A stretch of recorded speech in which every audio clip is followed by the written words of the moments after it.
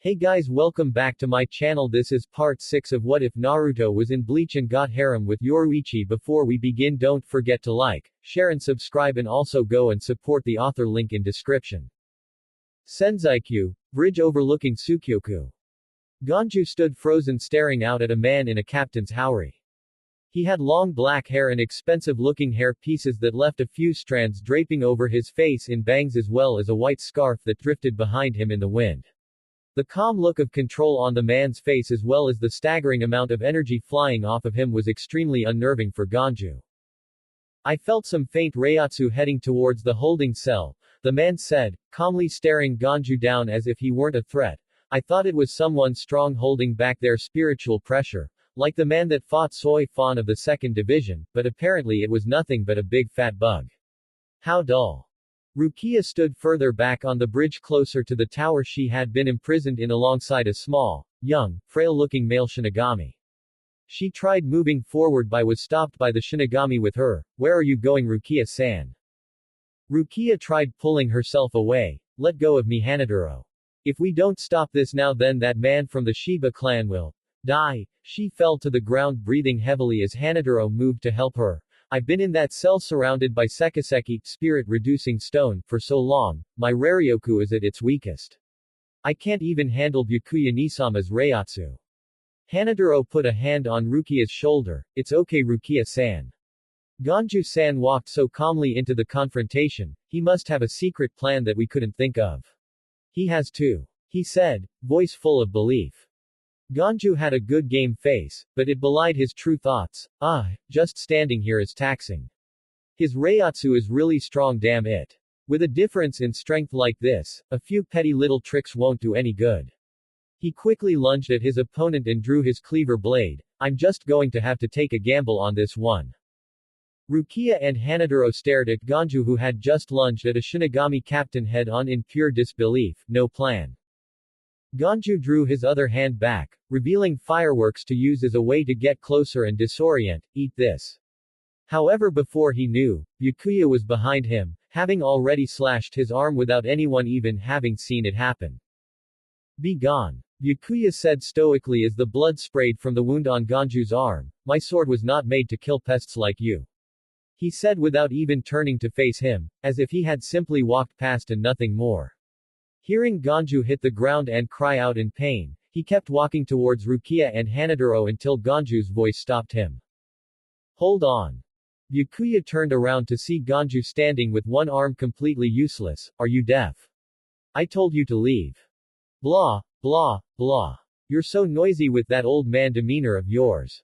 Ganju shouted at him defiantly. "I don't know how it is with you nobles, but cowards that can be scared away by something like this don't exist in the Shiba clan." Byakuya turned around fully to face him. "So you're from the Shiba clan. My apologies for going easy on you." Rukia looked on fearfully as Byakuya drew his Zanpakuto. "I'll make sure that you don't walk away from this alive." Ganju looked at his curiously. "What are you going to do from so far away?" he asked. "Don't do it, Nisama." Rukia shouted to Byakuya to try and stop him. Byakuya held the sword directly up in front of his face. "Chire, Senbon Sakura, scatter, thousand cherry blossom." The blade of his sword disappeared into countless fragments that resembled cherry blossoms blowing away. "Run away!" Rukia shouted at Ganju. However, it was too late. Before he could move or knew what happened, he found himself cut to shreds by Byakuya's Zanpakuto release all over his body. The wounded man dropped to his knees as blood freely flew from his greatly wounded body. Hanaduro looked at his fallen ally in horror. "Ganju-san," he said quietly. Byakuya turned abruptly and raised his sword at Hanaduro, planning to aim his attack at him and prompting Rukia to throw herself in front of him. "Nisama, please stop.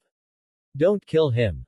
Before Byakuya could complete his motion, he found his sword arm held back by a man in a captain's haori with long white hair and a slightly frail appearance. "Ho, that was scary," he said with a disarming smile. "I think that's enough, don't you, Kuchiki Taiko?" Rukia looked at the new arrival in recognition. "Yukataki Taiko." The man smiled at Rukia and gave her a friendly salute. "Oh, Rukia. You've lost weight, how are you feeling?" "What is the meaning of this?" Byakuya said accusingly to the fellow captain. "That's what I should be saying." Yukatake replied, releasing a Zanpakuto in this area is a first-class offense, even if you are fighting the Ryoka. What were you thinking? You are misinformed, Yukatake Taiko. Byakuya said in a matter-of-factly manner, it's a wartime situation. The ban on releasing a Zanpakuto was lifted to deal with the threat. Wartime situation. Yukatake exclaimed in shock, how can an invasion of a few intruders end up like that? Is this related to the murder of Aizen? He had heard of one of the Ryoka running amok all over the area the previous day, even hearing of how the 1st Division HQ was thoroughly painted multicolors and how thousands of issues of magazines depicting one of the attackers had been printed and distributed around the Seireitei, but it never seemed that serious to him until news of Aizen's death reached him that morning. The jury was still out on what had happened. All of a sudden a high-level reiatsu settled on everyone conscious on the bridge. Yukatake found himself rather troubled with the sudden presence of such power. What's this strong reiatsu? It's at the level of a captain, but I don't recognize this person. Who is he? And where did he come from? Rukia, however, felt the familiar traces of the power in the air. This reiatsu can't be, there's no way. Suddenly a figure flew past her at a high speed and stopped above her before landing next to her on the bridge, getting everyone's full attention. Ichigo, she whispered to herself, almost not believing who was standing there. Ichigo walked past her. Hanadoro, are you okay? I didn't think you would run into another guy like this when I sent you ahead. Where's Ganju? The smaller Shinigami pointed over to where Ganju's body lay. I see. Ichigo finally turned to Rukia. Rukia, I came to save you. However, her facial expression lay blank, as if she hadn't registered what he had said. Why are you making that face? I said I came here to get you out of this. You idiot. Rukia said as tears started springing to her eyes. I told you not to come after me. I forbade you to come here. And now look at you, covered in wounds, you're all beat up, you dumbass. Ichigo looked back at where the two captains were standing. You can get as mad as you want later. After I defeat him, he said, looking straight at Byakuya. Ichigo. Rukia tried calling out to him to get him to stop. And now you're probably going to tell me to run. He said, cutting her off from saying any more. There's no way I'm doing that, don't make me laugh. It wasn't easy getting all the way here, you know. He looked back at Rukia. No matter what you say, it won't make a difference. I'm dragging you out of here if I have to, so don't bother trying to get me to back down, idiot.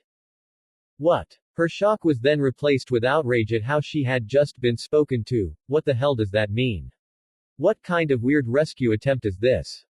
Shut up. Ichigo snapped back. You're the one being rescued, so quit babbling. You should crouch in the corner, shiver in fear, and scream, help, help.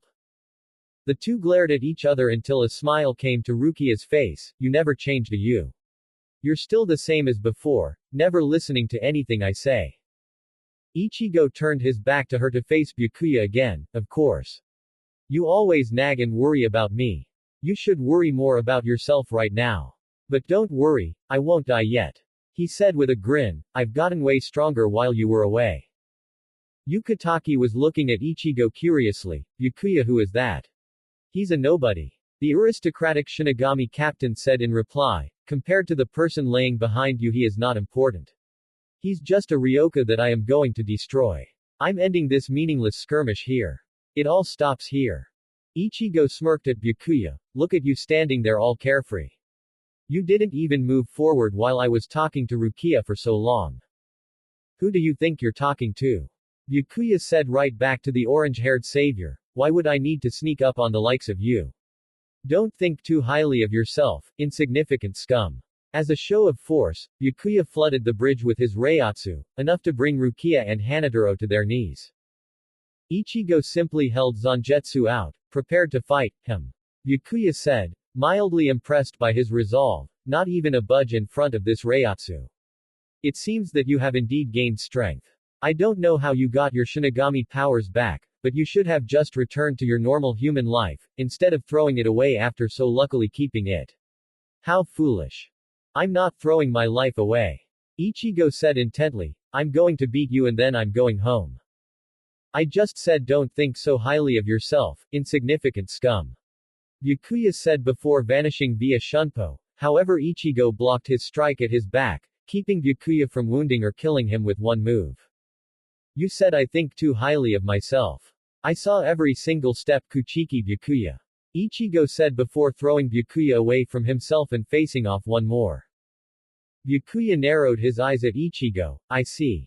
You've improved more than I thought. Well, in that case, he held his unreleased Zanpakuto up in front of his face much like he had against Ganju. Before you start becoming too full of yourself, I'll have to show you what you can't compensate for in 1,000 years of training. The decisive difference in strength between us.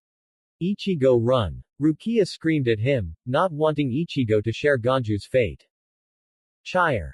Before Byakuya could complete his release command, a cloth wrapped around his sword that was held by Yoruichi. Well, Shihuan Yoruichi. I haven't seen your face in a while. You disappeared for 100 years. Everyone thought you were dead. Yoruichi, thanks for coming to save me. Ichigo said, sword still brandished, but please move. I have to defeat him.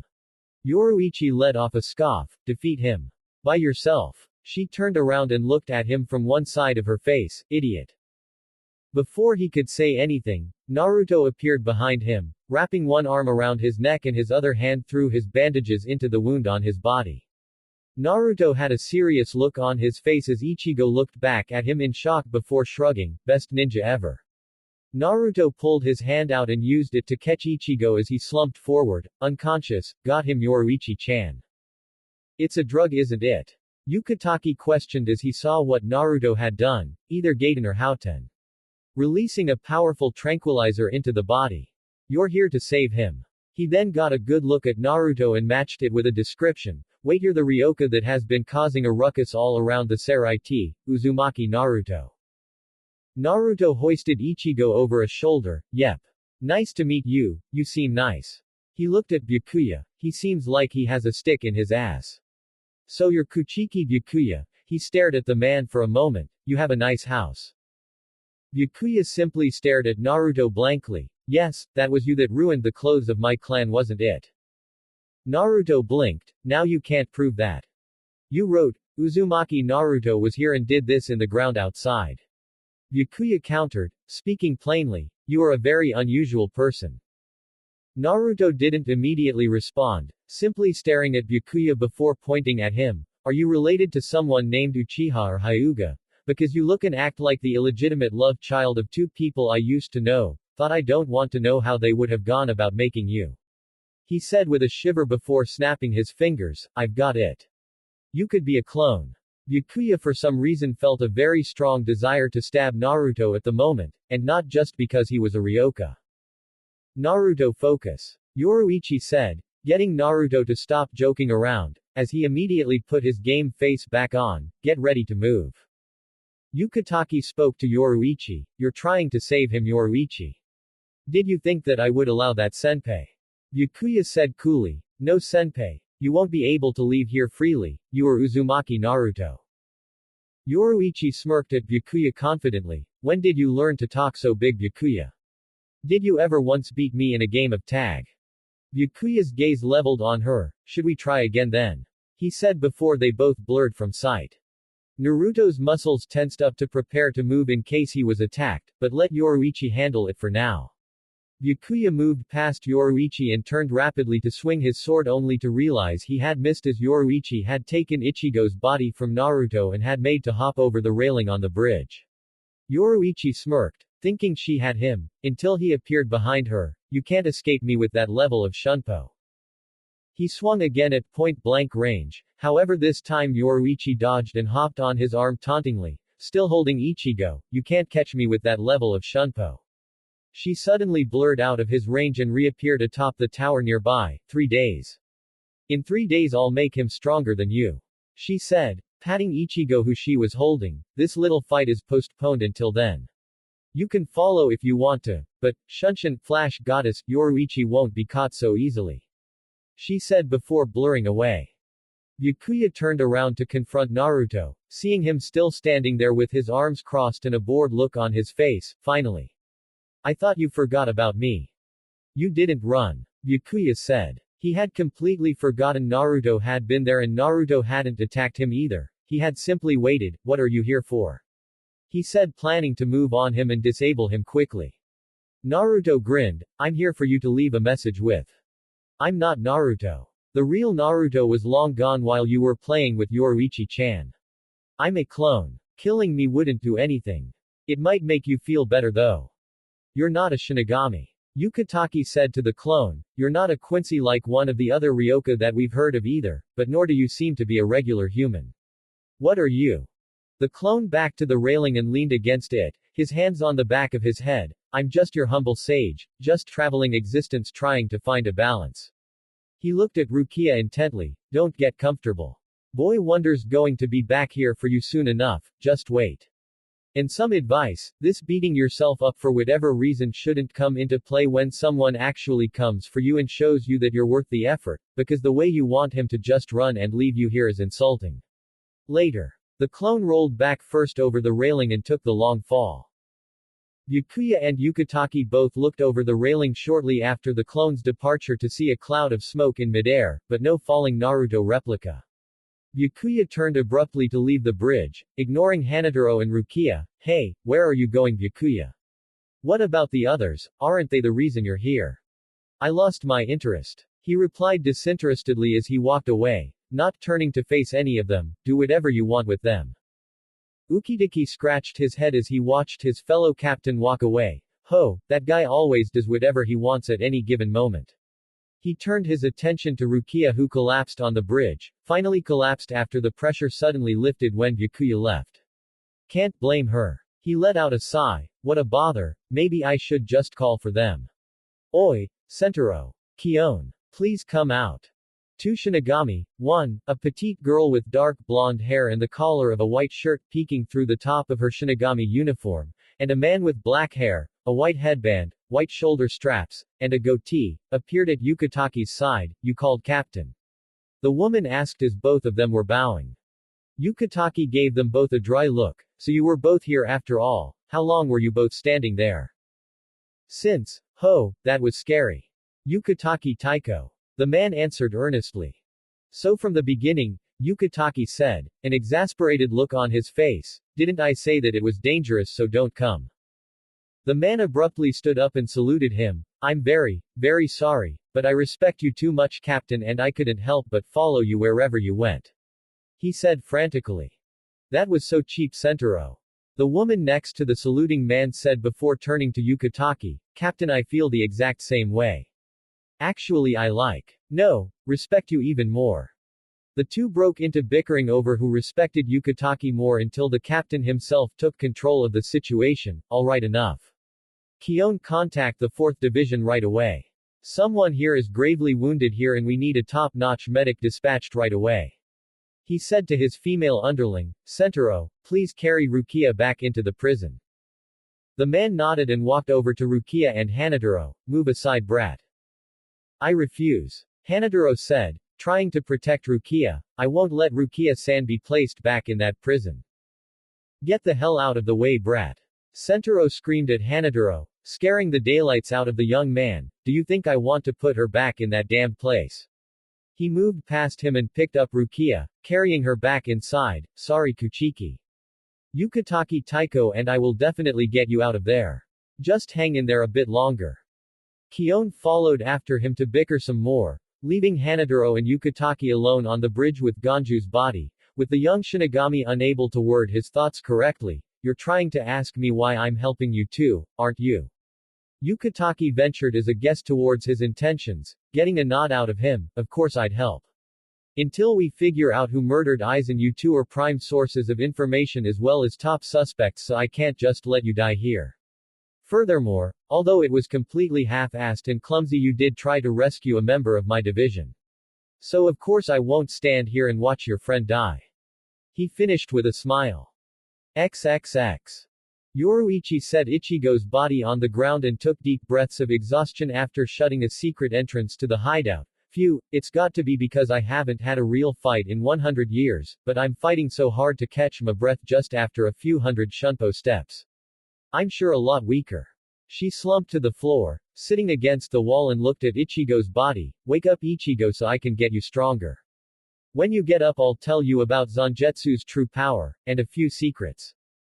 Oi, Yoruichi-chan. Her attention turned to the cliff entrance. She got up and walked over to see Naruto hanging upside down in midair a short distance out from a place to safely drop. A little help here. Yoruichi blinked at him in puzzlement. How on earth did you end up like that? Naruto grinned at her. When you left I took advantage of all of the ruckus and ran towards the edge of that cliff. I tied some ninja wire to my feet so I could jump off and swing down here and anchored it with a kunai. Only I didn't see how far out from the cliff the hole was and now I'm here. He chuckled sheepishly. If I swing towards you can you catch me and hold on so I can cut myself down? After getting back inside, Naruto relayed what he had done earlier that day and had seen, even up to the Shinigami that seemed to be under an illusion. Do you know any Shinigami with powers over illusions like that? She thought of it for a long while. It's been a long time and I never exactly took catalog of what everyone could do.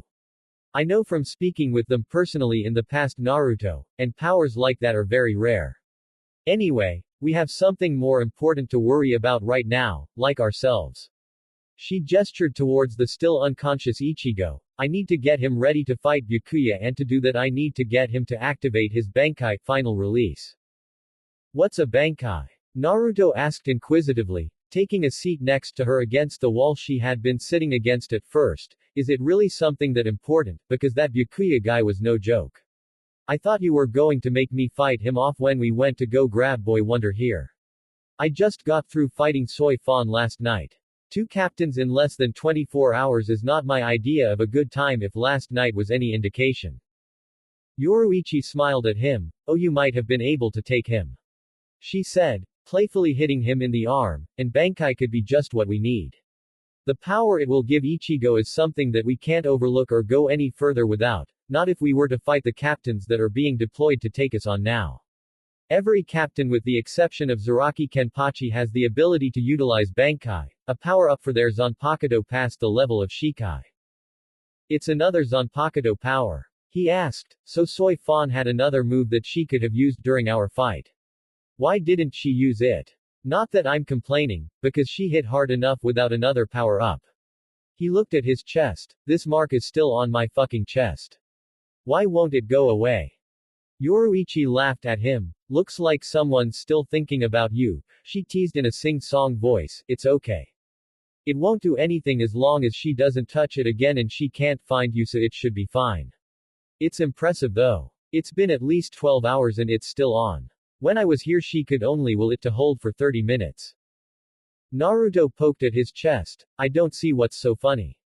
If she touches this thing again I will die. He shouted at the dark-skinned beauty. Why won't she be able to find me?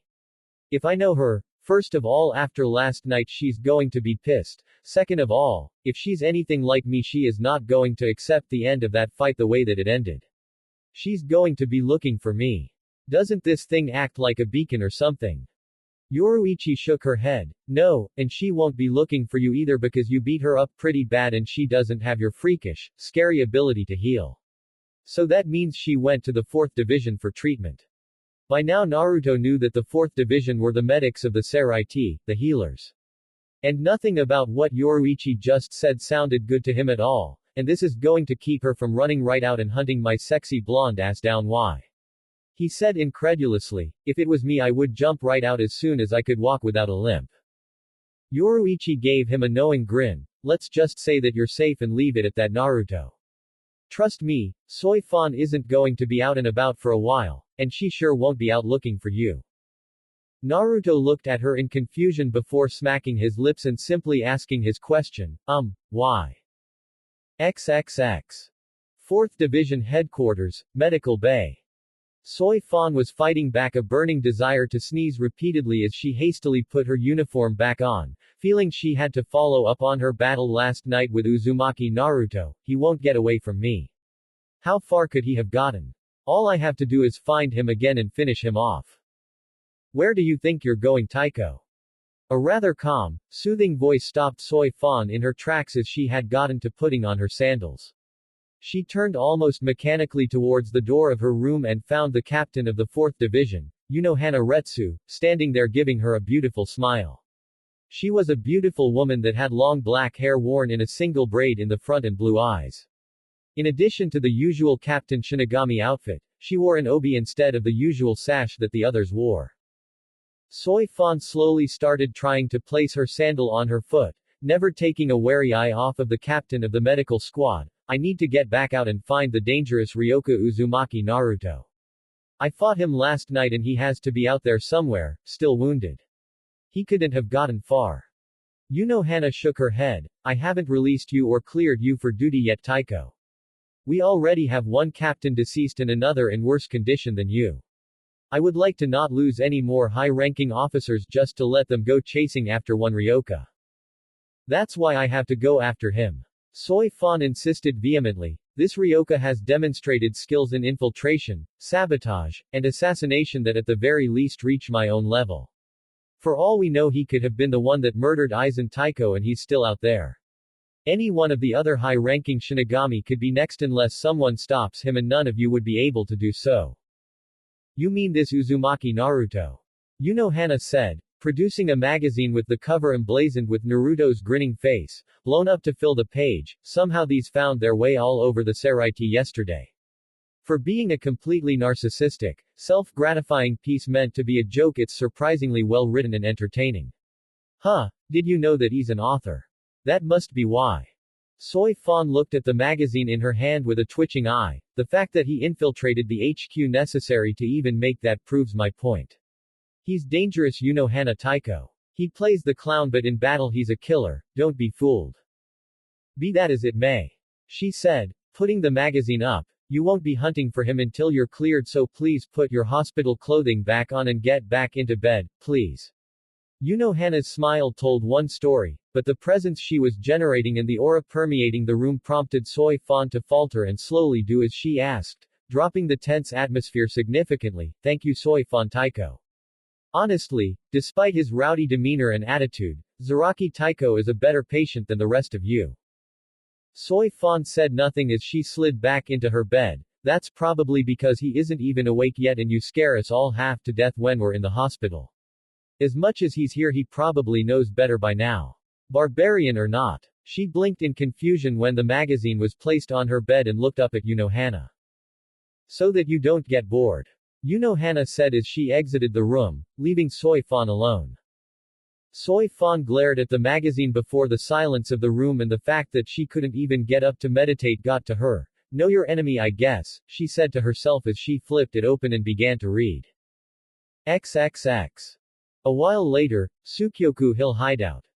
Where are you going? Yoruichi asked Naruto as she saw him walking towards the cliffside entrance to the hideout. Naruto rolled his shoulder joint in an effort to stretch. You don't need me here to teach the kid Bankai to you. I mean, I don't know anything about how you're going to train him, but I doubt I'll be any use unless you want me to fight him. She looked down at the young Shinigami who had yet to awaken. No, I guess I don't need you to teach him Bankai. But I do need you here. You haven't come face to face with an opponent using Bankai before, and I should tell you now, it increases their strength 5 to 10 times higher than it previously was. Naruto's eyes hardened, 10 times stronger. And again I ask, why didn't Soi Fon use Bankai to try and kill me? Yoruichi shrugged. I'm not even carrying my Zanpakuto with me because I would rather use my hands. It's not that much of a stretch to say that she wouldn't like using it. Soi Fon isn't a flashy fighter, so her Bankai must go against her style of fighting. Others are usually luckier with their Bankai as it will go with their style of fighting, but none of them should be taken lightly. You should be here to witness it if he achieves it so that you will not have the experience just thrown at you and you can at least learn the amount of Reiatsu that a full release can generate. More powers, huh? Naruto said to her as he began to walk over to Ichigo. Well, I still have a boatload of moves that you haven't seen yet, Yoruichi-chan. Please don't underestimate me and think me weak. I think I'm getting used to whole idea of fighting these Shinigami. Old soldiers like me always have a couple of tricks up our sleeves. He kicked Ichigo and left his body as he began to stir. So now where are you going? Yoruichi asked as he walked further into the hideout, towards the large training area. I can't leave apparently to do some more work, so I'm going to go make sure something I set up earlier works for when I'll need it. He said as he got further and further away. Wonder Boy's awake and he looks rather pissed. Yoruichi looked down at Ichigo who was looking at her angrily before letting out a sigh. Well, I guess it's time to explain Bankai and hope he isn't brick-headed enough to think he can win without it. XXX. Later that night, Naruto happily deposited himself into a hot spring, throwing his hands up behind his head in order to relax. Well, I don't know about you, Wonder Boy, but my training went great. I'm done, so all we're doing is waiting on you and your giant butcher's knife to get to Bankai and we can go save your friend. Ichigo, still having not forgiven Naruto for shoving his hand into his wound earlier that day, leveled a glare on the shinobi. Well, wonderful for you. My Zanpakuto is a slave driver and is trying to kill me. He looked up at the ceiling. This is a good spring though. Though I can't even tell whether it's day or night, you think I can do it? Get my Bankai. It's up to you. Naruto said, sighing in comfort with his eyes closed and his head tilted back. It's about how bad you really want it. Nothing I can say is going to push you if you really don't have it in you to fight. He went silent for a second before speaking again. Is there a butterfly mark still on my chest? Ah, yeah. Ichigo said before looking at it and paying attention to it. I thought it was a tattoo or something. It looks gay actually. Naruto let out a groan. I know, it's a fucking butterfly. Would it make it any better if I said a girl gave it to me? He looked down at it. Well, at least I'm on her mind. He said absently with a smile. She's so hot, she's a captain, and she'd totally kill you in like 5 minutes. Hell, Yoruichi would kill you in like 3 minutes. You better get that Bankai in a hurry now. Ichigo glared at him. Hey, I already beat a captain, you didn't. You fought to a draw. Naruto chuckled. I wasn't trying to kill her, you were trying to kill your opponent. Hell, I heard the guy handicapped himself and you still only fought him to a draw. Because if Yoruichi had to pick you up off the field and bring you here afterwards while you were out of it, you sure didn't beat him. Ichigo growled at Naruto as he took that as a challenge. With the day he had been having thus far, he really wasn't in the mood for any smarmy remarks. You think you can take me? Naruto gave him a confident smile. With my bare hands. You're 500 years too soon to step up to me. I've forgotten more about fighting than you're ever going to learn. Tell me, would you pick a fight with Yoruichi-chan? No. Ichigo responded. The woman was teaching him something that he didn't even know yet and knew more about Shinigami and the Soul Society in general than him. A combination of those things told him he wasn't going to win a fight with her, but you're not her. You're some guy. Naruto shook his head. Really? Because I'd pick a fight with Yoruichi-chan right here right now and feel pretty damn good about it were it not for the fact that my desire to have her fall madly in love with me greatly outweighs my desire to assert my dominance over someone strong, unless that would get me a step closer to achieving the former, in which case I need to find her right now and call her out. He noticed Ichigo roll his eyes. What, you don't think Yoruichi is awesome? You're out of your rabid-ass mind. She's a Shinigami and I'm a human. It doesn't matter what I think about her. Ichigo said resolutely. Besides, she's so much older than us. Older than you. Naruto accentuated to prove his point. I ain't no Shinigami, but I'm older than her. I can safely say that she's nowhere near my age, so I couldn't care less about that. And far as I've seen, the only difference between a soul and a human is the lifespan, which means that to me, there is no difference. He noticed Ichigo looking at him oddly. Oh, I didn't tell you yet. I'm immortal. Don't go spreading that around back in the world of the living. Ichigo just stared at him before throwing his hands in the air abruptly. You know what? I'm not even going to call you out on that, because let me tell you about what I've been doing. I fought a berserker that almost cleaved me in half about 30 times, had a bonding moment with my Zanpakuto, got rescued by our cat guide who I found out is not only female but transformed into a grown woman who appeared in front of me stark naked, flew off on some kind of hang glider, got within arm's reach of the person I came here to save but then had to leave because the naked woman from before showed up and let some weird blonde guy shove his arm into my stomach and knock me out. I then realized that my sword has a second super powerful form and to get it I have to fight the spirit of my sword and find the right sword that is actually my Zanpakuto's true form, and my Zanpakuto spirit is mean as hell. So yeah, hearing that you're immortal is huge, but with everything else going on I might as well not care. Man, this is one hell of a summer vacation. Naruto just sat in the water looking at Ichigo. Feel good to let all of that out. Ichigo nodded, taking a calming deep breath. Good, because that took so long. If I weren't immortal I'd be pissed that you took up so much of my time just now. Mind if I join you? Yoruichi's voice reached both Ichigo and Naruto's ears as she came into sight beginning to remove her clothes. Yes, go away, no, come on in. Both Ichigo and Naruto said respectively. I'm coming in. Naruto pumped his fist in victory while Ichigo looked away until he heard Naruto groan in disappointment and he allowed himself to look to see that Yoruichi was in her cat form swimming around. She smirked when she heard Ichigo exhale in relief. You lecher, you were really disappointed that you didn't see me naked. I call Naruto a pervert but you're just as bad as him, at least he doesn't try to be something he's not. Ichigo glared at her as she kept swimming around. Don't make me drown you. So how was your training? She asked them both, making conversation with them. Naruto pointed a fist at Yoruichi and grinned. I'm good to go Yoruichi-chan. Just say the word and I'm ready for action. The cat woman looked at him inquisitively. What is it that you were doing? All I saw you doing was just sitting still over by yourself surrounded by two of your clones doing the same thing like some kind of guru. Naruto wagged his finger. Sage actually. And I can't tell you until I actually have to use it. Yoruichi gave him a deadpan look. Fine, I'll just make you use it the next time we fight. Naruto winked at her and she turned her attention to Ichigo. So how about you? What do you think of your training? Ichigo scratched his scalp. It's rough, and I can't tell if I'm any closer or not. Man, Getaboshi sure put some work into that doll you made me put Zangetsu's spirit into. And he made this entire place too. He sure did. She said. He built this place as a playground when we were kids and we would train here later when he joined the Gote 13 and I entered the Onmitsukido. She swam around and passed him. Ichigo turned to ask her a question when he abruptly turned back around. Why did you transform back into your human form? He asked, getting flustered at seeing her naked. She's covered by the water Wonder Boy. Naruto said with a grin at seeing his reaction. You've got some things to experience in life, kid. Stop taking everything so seriously. You aren't in a fight, you're in a comforting bath surrounded by friends, one of whom is a hot woman.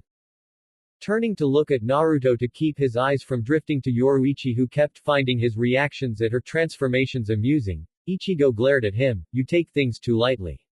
We're in the middle of a battle with tons of Shinigami that want to kill us and all I've seen you do is joke and laugh at everything. How strong can you be? Naruto's grin dropped. You're lucky Yoruichi-chan wants you in one piece so you can learn your Bankai. Otherwise I'd be dragging you out of this spring over to the training field and showing you what's what. If I took everything seriously and looked at the world the way you do I would have driven myself insane a long time ago. Existence is a horrible ugly thing, and just when you think you've seen all of the heinous stuff that people can come up with something else even worse comes along. If I don't keep an upbeat outlook on everything with the way that the world is I couldn't take it, I just don't know what I would do. Ichigo's eyes widened. What are you talking about? Naruto sighed and rubbed his temple. You know the only reason I fought those hollows when we met was because I was actually around while they were attacking.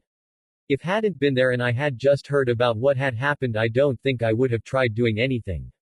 He noticed Yoruichi and Ichigo both looking at him listening to his every word now. People and hollows, they really aren't that different. Hollows kill people and eat their souls, well at least that serves a purpose.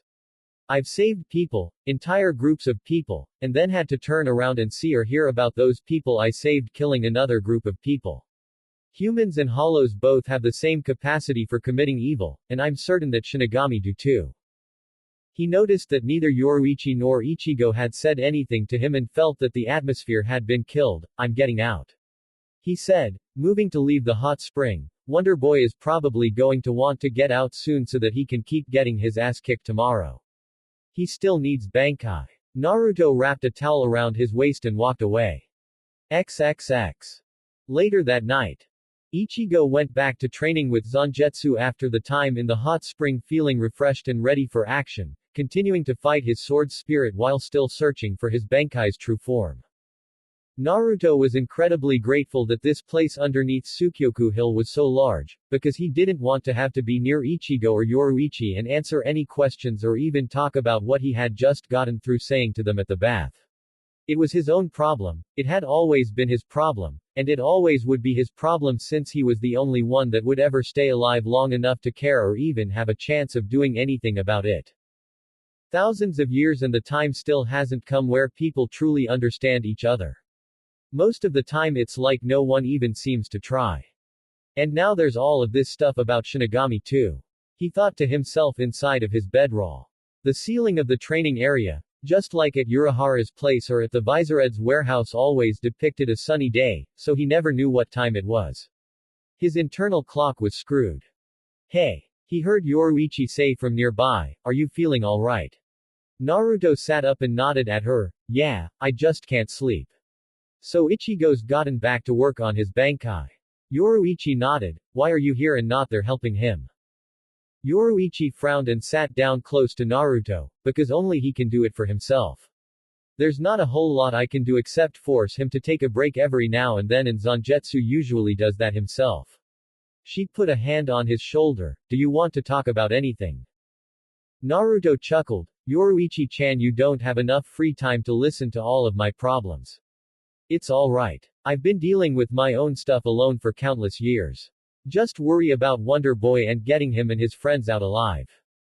"And what about you?" She shot back at him. "If we're worrying about ourselves and you're worrying about us too, then who's going to worry about you? You say this like you don't expect me to try and help you with your problems. I'm the entire reason you're here. Immortal or not, you're still a human and you're still my responsibility. If your mind isn't right, it might get you killed when the time comes to fight." Naruto shook his head before Yoruichi gave him a stern look that told him he wasn't being given an option. "You want to know something I've come to learn? I have a dream that seems totally impossible, to bring peace to the world, and I've only come up with a way to make it work some of the time.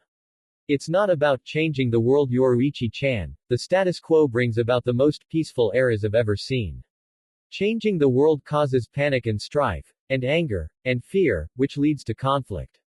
So it's not about changing the world, it's about doing your best to keep the world just the way it is. Less life is lost that way." He turned his head and looked at her. "You know."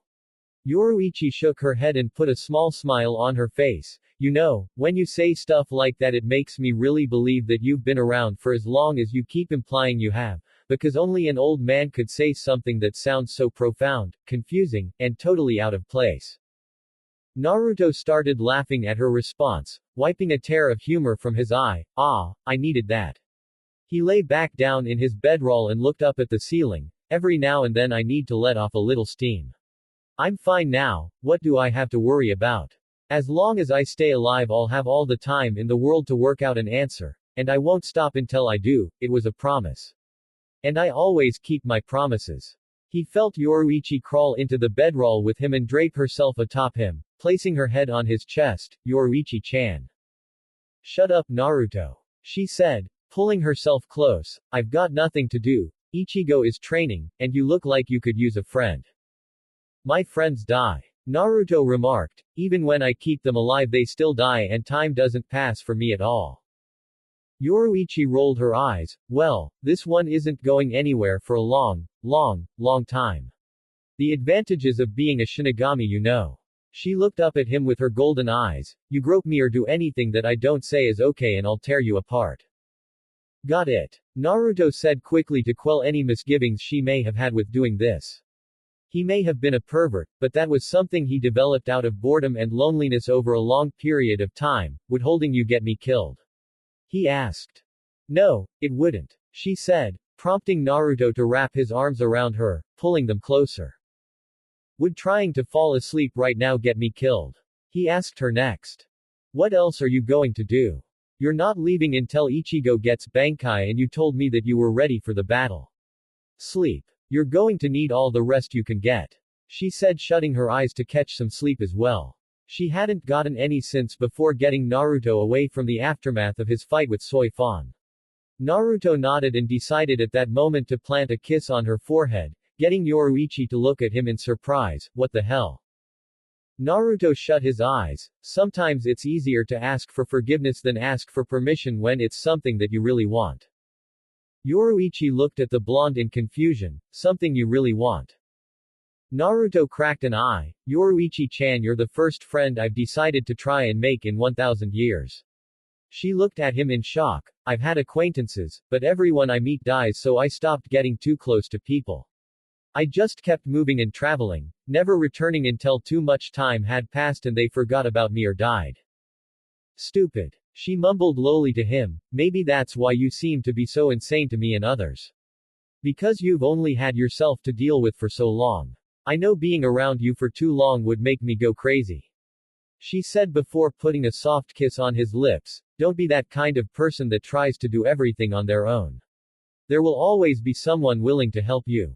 And I don't want to hear any of your nonsense about me dying before you or something like that, Naruto Ojiazan. She lay her head back down on his chest. Whatever you say, Naruto said, closing his eyes once more to sleep, Yoruichi Obachan. He yawned out, grinning when he felt her hit him in the ribs. The two settled into a comfortable silence as the only sounds were the sounds of Ichigo locked in combat with Zangetsu. This doesn't leave the cave. Why? You embarrassed? Or is there someone else? Gasp, it's Urahara, isn't it? That's it, right? Naruto, shut up and go to sleep. I can't sleep. Not with this question burning in my mind. Now who is it? Oh wait, I know, it's why you didn't want me to kill her. It's Soi Fon, isn't it? That's so hot. Maybe that should go into the book. Thwack. Quote ellipsis quote. Good night, Naruto. The mental image was worth it. Yes, I'm sure that it was. XXX. The next day. Naruto sat on a tall rock in a seated meditative position as Yoruichi stood next to him watching Ichigo fight in an open area full of blades of all different shapes, sizes, and makes. Naruto let out a whistle. Ichigo was right, his Zanpakuto spirit is mean. Look at all of these swords, unless he can sense which one it is, it's a total pick'em trying to find his blade. He saw Ichigo getting the better of Zangetsu until his blade shattered, forcing him to search for another. He's getting better though. This kid's got a good fight IQ. Yoruichi nodded. It's a shortcut, Naruto. It's going to be harder than doing it the long way. That would take 10 years. We were lucky that we got that extension when we first came to the Soul Society. It knocked us a few days back, giving us this extra time to train him. Still, this isn't about improving his fighting prowess. His spiritual growth isn't improving as quickly as his combat skill. That's bad, right? Naruto asked, flinching slightly when he saw Ichigo get thrown into the face of a rock outcropping. Yes, Yoruichi replied, slightly worried. If Ichigo can't pull of his Bankai in 3 days, it might be too dangerous for his soul to survive. I need to give it another day. She let out a sigh as Ichigo picked up a new sword and charged right back into battle with Zangetsu. I need to do something to occupy my time. Want to fight again? Naruto offered helpfully. I'm 100% again, and there's no such thing as too much preparation. We can even go light so we don't beat each other senseless, just go through the motions. She looked over at him before looking back at Ichigo. I really can't. I have to keep overseeing his training. How will he even know when he finds the right sword? Naruto asked, seeing as how Ichigo had gone through a dozen swords in the last 3 minutes. Oh, he'll know, we'll all know. Yoruichi insisted before narrowing her eyes and looking around. Do you feel that? She asked, alerting Naruto to the change in her attitude. I think someone's. The hidden entrance to the training ground exploded open. Ha! You actually have to hide to do your Bankai training. From the dust of the destroyed entrance, walked Aburai Renji, holding his Zanpakuto in Shikai form. Naruto appeared in front of Renji in a burst of wind and leaves and stood with his arms crossed. I have no idea how you actually found us, but you can't leave now. You understand, right? Yoruichi appeared beside Naruto and walked in front of him, keeping him from attempting anything. Down, boy. Naruto growled at being compared to a dog. Any particular reason you're here, or should I let Naruto loose? He's been rather bored lately. Renji walked further into the training ground. Relax, I'm not here to fight. My problem isn't with Kurosaki anymore. I'm here to finish my own Bankai training too. I'm actually close. He turned his head towards Naruto and Yoruichi, and you might want to inform Kurosaki of something. Rukia's execution date has been moved up. It's now tomorrow at noon. Naruto and Yoruichi looked at each other before holding out their hands and playing a quick game of rock paper scissors, which Naruto lost. Damn it, fine, I'll go tell Boy Wonder the bad news. Omake. Naruto alone in the Rukongai, day 13 of 46. Naruto had finally made it to the first district on the east side of the Soul Society. He smiled as he saw the area that looked radically different from the districts he had been used to seeing. Naruto rubbed his hands together in anticipation. Okay, time to infiltrate. Naruto sprinted over to the area designated as the Seireitei, however a massive gate dropped from the sky and almost crushed him. What the hell? That almost hit me. So there's one fool that desires to infiltrate the Seireitei. Fool. The dust kicked up from the falling gate cleared to reveal an obscenely large man with very prominent teeth, a 4-points mustache goatee combination and long black hair, spiky going down his back. It's just one little man. Very well then, it's been a long time since anyone has tried breaking into this place. I am the guardian of the eastern gate of the Seireitei, Kaiwan. And I will be your executioner. No. Naruto said, setting himself into a fighting stance. Today, you're going to be my doorman, because I'm going to kick your ass and make you open this gate for me. Insolence. Kaiwan roared at Naruto in anger. I would die before I open this gate for you. He ran forward at Naruto with his fist drawn back. I'll crush you in one punch, you puny bastard. Naruto bounced lightly on his toes and waited for Kaiwan to throw his punch. Naruto jumped over it as it smashed into the ground, breaking up the surface. He landed on the fist and swiftly ran up Kaiwan's arm before he could draw it back and kicked him right in the side of the head, sending him spilling against the gate, rattled from the surprisingly strong invader. Open the gate and I'll stop beating the shit out of you, big man. Naruto said, tapping his foot impatiently. I've beaten guys bigger than you and with more power. You're too slow. He heard Kaiwan growl and took that as his decision. Okay, whatever you want. Kaiwan came at Naruto, lifting his hands overhead for a double-handed smash while Naruto made hand seals. Raiden. Gion, lightning release. False darkness. A bolt of lightning in the shape of a jagged spear shot from Naruto's mouth and hit Kaiwan in the upper right part of his chest, ripping right through his body, getting a breathless gasp from the giant before he stumbled back against the gate and slumped to the ground. As such power. Naruto looked at Kaiwan apologetically. Sorry. I forgot how strong that one was. Are you going to be alright? Can you open the gate? Kaiwan gasped for breath and glared at Naruto. I would never open the gate and allow an intruder into the Seireitei. You'll have to kill me, invader. Naruto frowned, but then if I kill you, who's going to open the gate? Look at that thing, I can't lift that thing up. He shrugged. Fine, I don't need you to open it. I'll just go over it. Naruto ran at the wall and tried sticking his feet to it to begin running up the side, but ended up slipping off and falling on his head. What the hell? Kaiwan laughed. There's a barrier surrounding the Seireitei keeping others from getting in easily by jumping over the gate or going under. The only way in is through the doors themselves. He continued to laugh until he passed out from his wounds. Oi! Naruto shouted, jumping on the giant's shoulder and slapping him across the face. Get up and open this gate. Hey! He jumped off and sighed before walking back to town. Well, isn't that just great? And where the hell is everyone else? 5 hours before the execution. The day of Rukia's execution had come too fast for any of the would-be rescuers' liking. Naruto was worried about the whereabouts of Orihime, Ryu, and Chad, but Yoruichi told him to stay with them until the actual time of attack on the Tsukyoku. This wasn't his mission and he had no true personal stake in it, so he followed Yoruichi's orders, trusting her to know the right thing to do in this instance. After all, she had commissioned him to work on this with her, not the other way around. Renji walked over to Yoruichi and Naruto, who were both still watching Ichigo train with Zangetsu, still doggedly trying to find the appropriate sword for his Bankai. So do you think that he can really pull it off and obtain his Bankai, because we're out of time here?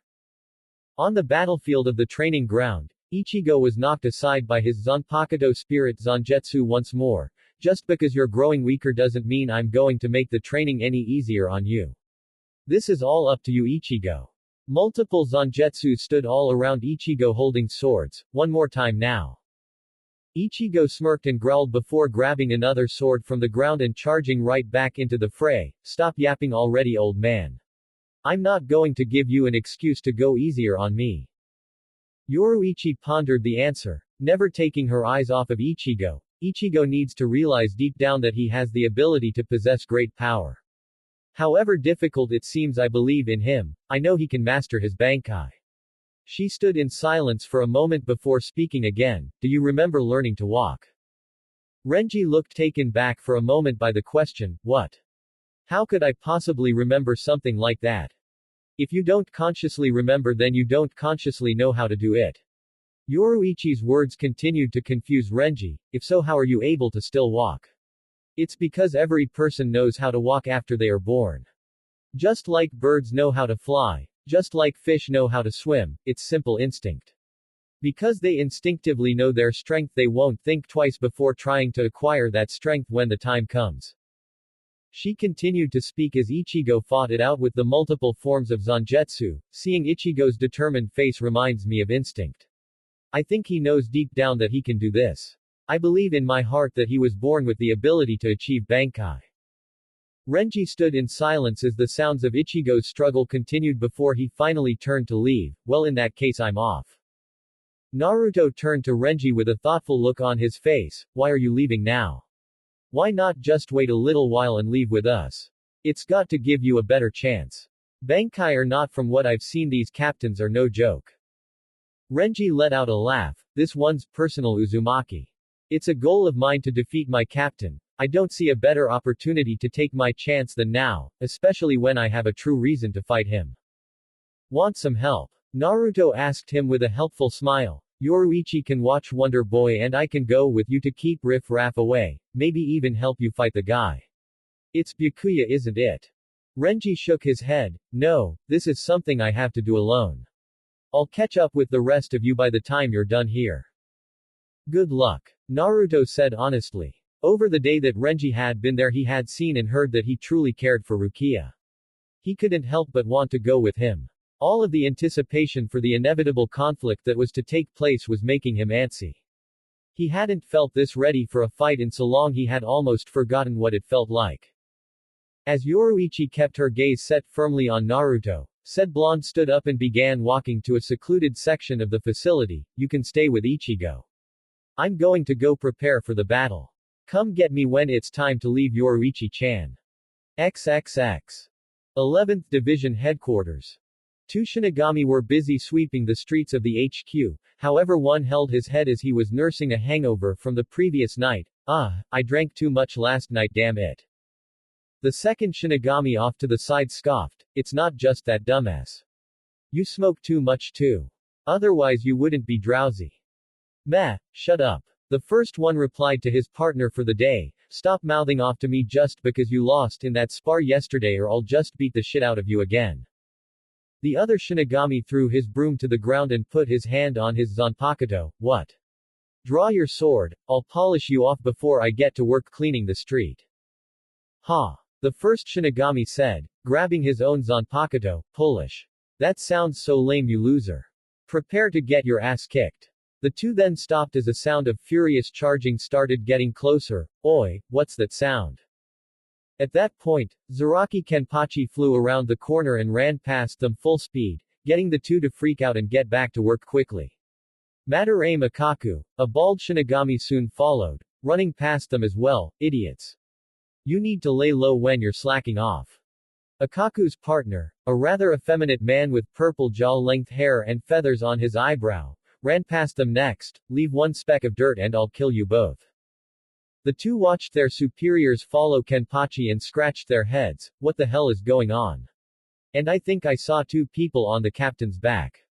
Kenpachi kept running, navigating the maze of the Seireitei. And now which way do we go, woman? He asked. Orihime appeared over one of his shoulders. It's probably.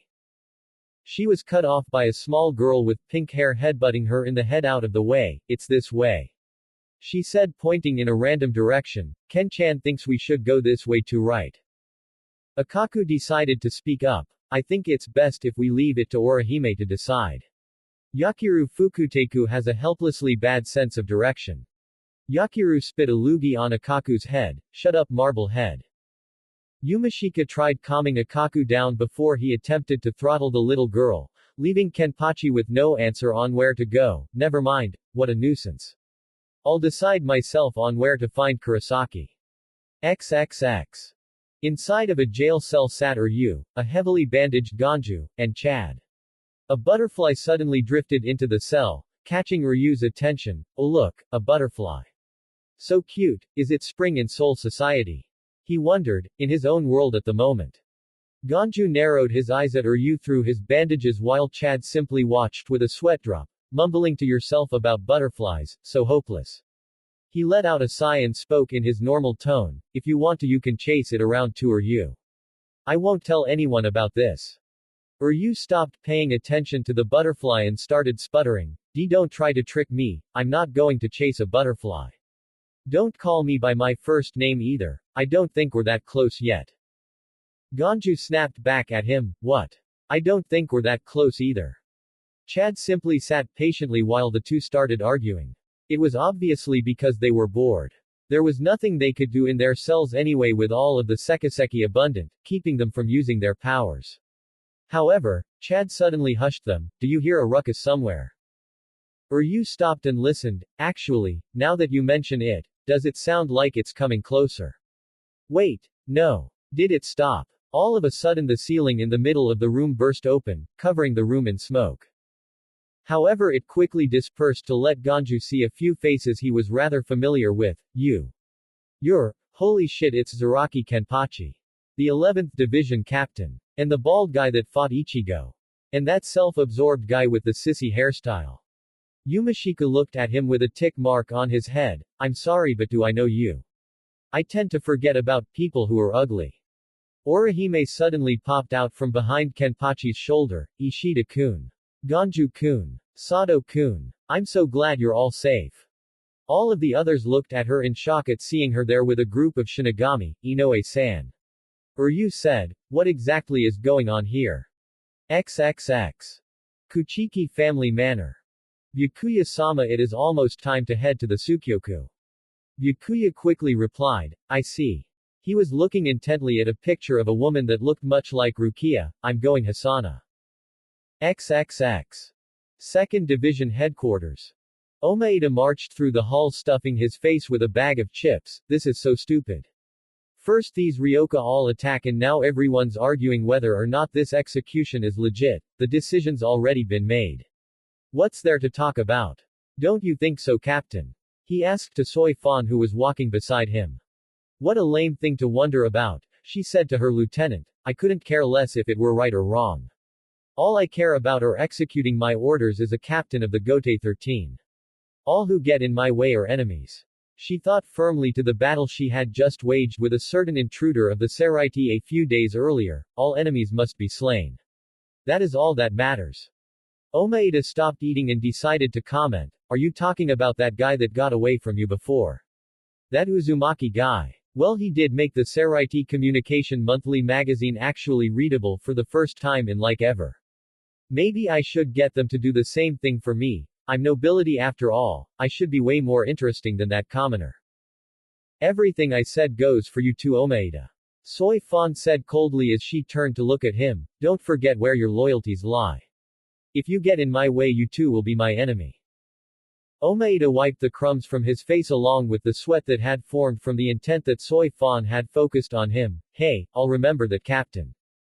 Soi Fon continued walking from her division's HQ to Tsukyoku Hill, the site of the execution of one Kuchiki Rukia, a place she assumed she would find one maddeningly skilled blonde and use that opportunity to finish him off for good. I will destroy you Uzumaki Naruto. Talented Ryoka or not you are still an enemy to the Seireitei and I will not betray my superiors like my former mistress. If you show your face at this execution you and anyone else with you will die. XXX. 8th Division Headquarters. A Shinigami captain with long brown hair tied in a ponytail, a pink flowered kimono over his other gear, and a straw hat lay on the roof of his HQ looking up at the sky chewing on a blade of grass. He had thin facial hair around his mouth and on his cheeks as if he missed a shave or two recently. A woman appeared over the side of the building standing on a ladder. She had black hair that she kept pinned back and glasses that adorned her rather beautiful face. Ah, Captain there you are. Please get up and get ready to go. It's almost time. Naneo-chan tilde. The captain whined before speaking normally, I have a few problems that I'm not sure what to do about. Care to hear about them? Nanao frowned but climbed the rest of the way onto the roof and sat down next to her captain. What is it, Shunsui Taiko? She asked him. Well, he said with a sigh as he began to explain. The truth is, I was distressed and I tried to relax by chewing on this blade of grass, but I don't know if it's poisonous or not. My mouth got numb and I'm dumbfounded. Nanao immediately ripped the offending piece of flora from his mouth, then threw it away. She stood up and began walking back towards the edge of the roof. Nanao-chan, he said more seriously than before, what should I do? She turned around, rather uncomfortable about what to do. Why are you asking me? No matter what I say on the matter, you're still going to end up doing whatever you feel like in the end. She adjusted her glasses when he looked at her, listening intently on what she was saying. Don't worry about me. I will follow you at a safe distance so that I won't get dragged into anything. He let out small laugh. That's bad then, because once again I'll be the only one getting scolded by Yama Jii. XXX. Tsukyoku Hill Hideout.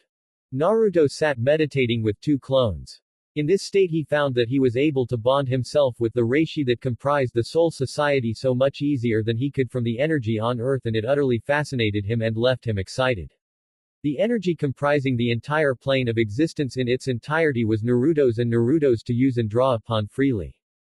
Due to his bond with the environment of the Soul Society, he was able to easily sense the battles carrying on throughout the area. There must be more people than just Renji who think that this execution is wrong. He was able to locate Chad, Ryu, Orihime, and Ganju and was relieved to find their life force strong and well. However, something had changed with Ryu, something he couldn't properly sense at the moment. He frowned when he felt Renji's Raryoku fade from his senses, but when he felt it slowly stabilize and begin growing again, he settled down and made to stand up when the air around him was filled with an intense but familiar Reiatsu that brought a huge grin to his face and stirred him from his own personal preparations. Alright, you guys know what to do. Stay here and keep focusing and we'll be fine. We'll get through this. I'll call you when I need you. Walking away from his own section of the Seireitei, he saw Yoruichi looking towards the cliffside entrance of the hideout with a grin on her face. Obviously Wonder Boy was able to pull it off. Where's he at now? Yoruichi turned to Naruto and began walking towards the hidden entrance. I lent him a little something so that he could get to the scene of the execution faster. Are you ready to go? Naruto started cracking his knuckles with a serious look on his usually carefree whisker-marked face. I've been ready for 3 days. Let's go kick some Shinigami ass already. Do we have a plan? Nope. Yoruichi chirped cheerfully as they started walking towards the exit. So we have 3 captains already fighting each other for some reason. Our little group is still alive and well, but they're nowhere near here, and technically it's just you, me, and Ichigo against the remaining captains. He said, tightening his bandana with his old village insignia on it around his neck. Those sound like my kind of odds. Yoruichi's grin grew at hearing that as she chimed in with some more facts that he had neglected to leave off of the rundown. Let's take into account that we don't even have a concrete plan of getting out of here once we get Rukia. Naruto pointed at her in acknowledgement of her analysis, getting her to giggle. Come on. What happened to all of that swagger and bravado you walked into all of this with? It hasn't gone anywhere. He defended. I'd just like to save my gloating for after I win and we all get out of this in one piece. Both of them then felt the Reiatsu from the Tsukyoku. Alright, let's go start some trouble. Yoruichi opened the door and both of them took off with their respective speed techniques. XXX.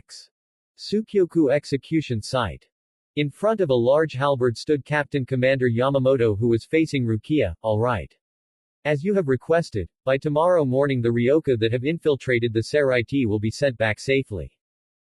Rukia smiled at him gratefully. Really? Thank you Yamamoto Sautaicho.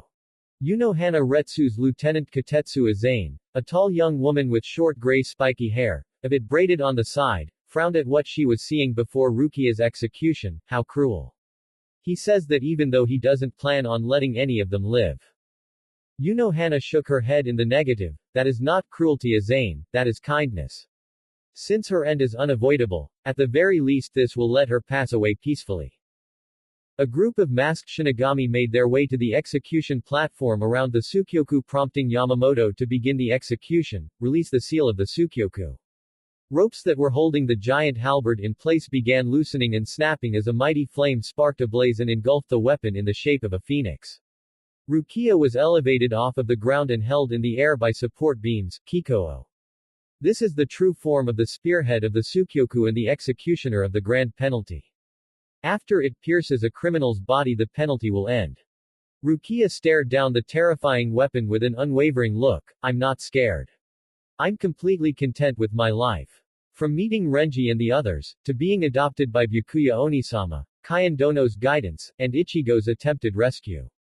No pain, no regrets, no sadness. There is nothing for my heart to linger in this world for. Thank you all and goodbye. She thought as tears started coming down her face. However, before the execution weapon got close, Ichigo appeared in front of Rukia, heavily bandaged and wearing a cape of sorts. Yo. Ichigo was holding back the force of the weapon with nothing more than his Zanpakuto. Rukia looked at him in disbelief as the phoenix was held in place by Ichigo, who didn't seem to be straining at all. Ichigo, you idiot. Why did you come again? Ichigo looked at her, utterly shocked that she was angry that he had come back. You know you can't win against my brother. You'll really get killed this time. I've already made peace with this, so I don't need you to rescue me. Go back. Soi Fon looked up at Ichigo and Rukia from her spot safely away from the Sukyoku in surprise, the destructive force equivalent to 1 million Zanpakutos combined. He stopped it using nothing more than his lone blade. Who is that man? The phoenix drew away from Ichigo for another go-around, making space for a second attack. Come on then, he said, ignoring Rukia's cries to get him to stop. Before the two could clash again, something wrapped around the neck of the phoenix, attracting attention to the newly arrived Yukitake alongside two of his underlings. Shunsui immediately leapt to his side to assist him. Yo, handsome. You sure do like making people wait for you, don't you? Yamamoto looked at his two captains moving to stop the Sukyoku in utter astonishment. Yukitake apologized to his fellow captain. Sorry. Breaking the seal took longer than expected, but we can still handle this just fine. While the main execution weapon was being handled, Ichigo stabbed his sword into the platform that was holding Rukia suspended, breaking it in half. Stop telling me to run away, it's annoying. I told you I don't care what you say. He said as he held Rukia securely under his arm. This is the second time I've had to save you, Rukia. I'm not thanking you for this, you idiot. She said, trying to hold back her tears. Ichigo smirked as he looked down at Byakuya. That's fine. Rukia looked down and felt like a burden towards the whole situation. Let me ask you something. What do you plan to do from here? There's no way we can get out of this mess safely. We run. Ichigo said simply. Rukia looked up at him with a fearful expression. That's not possible, we're surrounded by captains. We can't run past them. Ichigo looked away from her in annoyance. Then we'll beat them up before we run. What do you want from me? His face took on a look of determination. I'm not just here for you though. Inoue, Ishida, and Chad all came. Ganju and Hanadoro too. Everyone that helped me get this far. I'm getting them all out of here too. Looking down, they saw that someone had beaten up all of the executioners that had set off the Sukyoku, Renji. He looked up and grinned when he saw Rukia safe and sound. I'm so glad you're alive, Renji, she said to herself when she found herself hoisted above Ichigo's head by her waist. Ichigo, what are you doing? As he saw Ichigo wind up, Renji couldn't believe what he was about to see. Oh no way, you've got to be kidding me. Catch. Ichigo threw Rukia directly at Renji all the way down from where they had been beforehand, forcing Rukia to land firmly right in his stomach like a dart and send him flying back across the ground. The two got up and started yelling at Ichigo before he cut them off. Don't just stand there, take her out of here. That's your job, Renji. Don't let go of her even if it kills you. Renji nodded and immediately did as instructed, fleeing the site with Rukia in his grasp quickly. As the multiple lieutenants stood watching what happened in disbelief, Soi Fon got them all into action. Why are you standing there like an idiot? She yelled at Omaeda. Go after them. That goes for you other lieutenants as well. They all set out to chase after Renji when Ichigo landed from his position on the execution platform in front of them. They immediately made to release the Shikai of their Zanpakuto, but before anyone could register an attack, Ichigo had punched straight through Omaeda's, breaking it with one hit and taking him out of the fight. He curved around and hit the second one with an uppercut, swiftly dispatching him from the fight as well. Aizen watched how Ichigo had broken the two lieutenants with the slightest of efforts, unbelievable, and he hasn't even used his Zanpakuto yet. Ichigo blurred from her sight, alerting her to danger, however he swiftly knocked her unconscious as well. After disposing of the three lieutenants, Ichigo pulled Zangetsu up to block a sneak attack from Byakuya, bringing a feral smirk to his face. I told you already, I can see your every move Kuchiki Byakuya. Why? Byakuya asked as the two clashed blades, why do you so persistently try to save Rukia? Ichigo pushed back harshly with an angry look on his face, I'm the one who should be asking questions. Aren't you Rukia's older brother? Why aren't you trying to help her at all? Byakuya simply brushed the question off, what a pointless question. Even if I tell you the answer to that question you wouldn't be able to understand. Continuing this empty dialogue is useless. The two pushed against one another before springing away. It looks like there is only one way to end this. Kurosaki Ichigo, I will kill you, and then I will carry out Rukia's execution with my own hands. Ichigo narrowed his eyes, that's not going to happen. I came here to make sure of that. The two rushed at each other and clashed blades again. Nei-san. One of Yukitaki's assisting underlings, the female, Kion, ran over to her sister, Hana's lieutenant who had been knocked out by Ichigo. Wait, Kion. Yukitaki's other underling Sentaro yelled out to her as she ran over to where Ichigo and Byakuya were fighting. Kuchiki Taiko is fighting there. You'll get dragged in if you get close. Before he could reach her to stop her, he felt himself get knocked out of the way harshly by Soi Fon, who appeared behind Kion with a look that completely lacked humor or mercy. Yukitaki immediately moved to defend her. Soi Fon stopped. Before he could go, he found Yamamoto standing in front of him. Don't move. The old grizzled leader said to the two captains. The person who ran off with the criminal was a lieutenant. He can be slain and easily replaced, that matter can wait. However, I cannot forgive you for what you two have done. You are captains and yet you've done the unthinkable. You both must know yourselves of the crimes you've committed. Shisui grabbed Yukitaki from behind and grinned at Yamamoto. I see it can't be helped then. Let's get the hell out of here, Yukitaki. He held onto his friend and jumped from the side of the hill, leaving the old man behind. Wait, Shunsui. He said frantically, my people are still back there. Calm down. The mellow captain said to assuage his fears, if you stay there and fight with Yama-jii we'll both be killed. Your people will be fine. Don't you sense the two other people still back there? They're on our side. XXX. Soi Fon stomped on Kion's chest and looked down at her coldly, scum. You betrayed the honor bestowed upon you as seated officers and you betrayed us. Don't worry, however, I will not prolong your shameful existence. I will purge the world of your stench right now. Era, come on now my little bee. That isn't very nice. Soi Fon's head whipped around to see Naruto standing on a nearby rock formation with his arms crossed and a grave expression on his face. Miss me. He looked down at his chest. Obviously you have, because I still have your little love mark on me. I missed you too, beautiful. He gestured towards himself. Why don't you come on over here and we can catch up? Uzumaki. Soi Fon growled out, forgetting about Kion instead to glare out at him. I thought you were a better tactical warrior than that. You could have taken that opening to attack me. Instead you're giving me the opportunity to finish what I started. Maybe. Naruto said admittedly, but there are two problems with that. 1. I have to let you release your Zanpakuto for you to try it. 2. I'm not the one you should be worried about.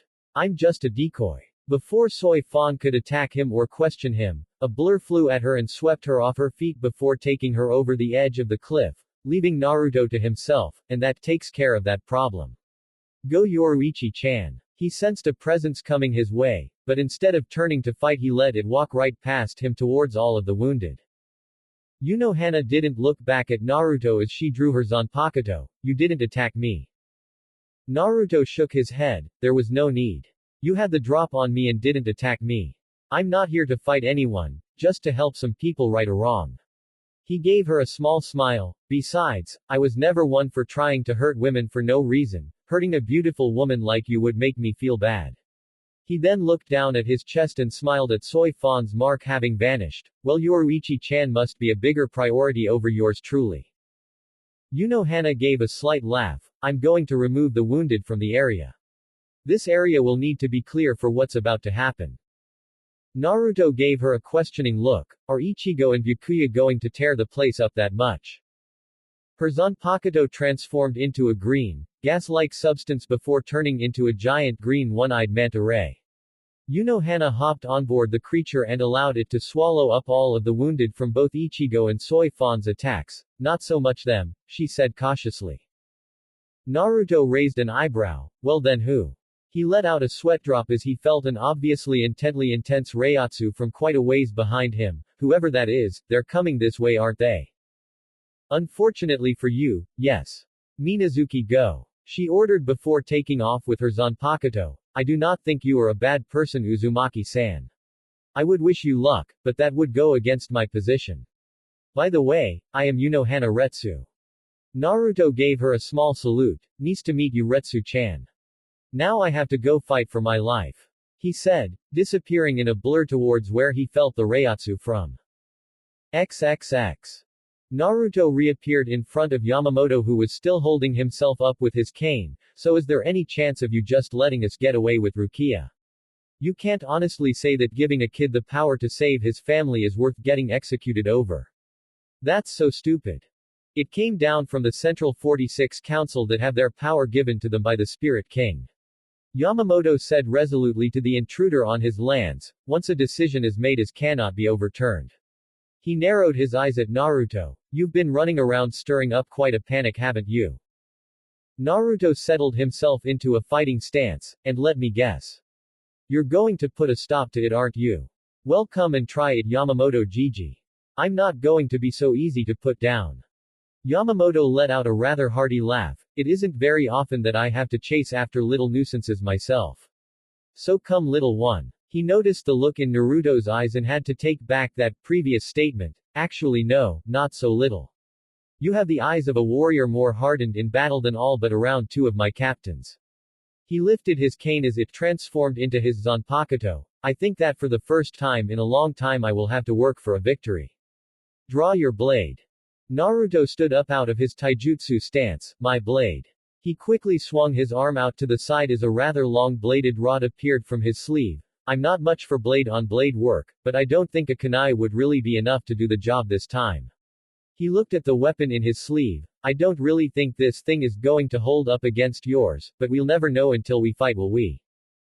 Naruto stared Yamamoto down, neither moving until the old man drew his sword, forcing Naruto to take that time to launch at him in a preemptive strike. Let's not dally Yamamoto Gigi. I can't even try to mess around with you. I have to come at you with full intent to maim right off the bat or you'll probably pick me apart. Rinnegan, Samsara Eye. Naruto's eyes changed from blue to the ripple pattern synonymous with the famed optic orbs. He clashed weapons with Yamamoto. I'm pleased that you would take me so seriously as to utilize such a powerful tool so soon. Soi Fon has informed of your capabilities with this technique. Hey, she doesn't really know anything about it. I only used 2 attacks of the Rinnegan on her.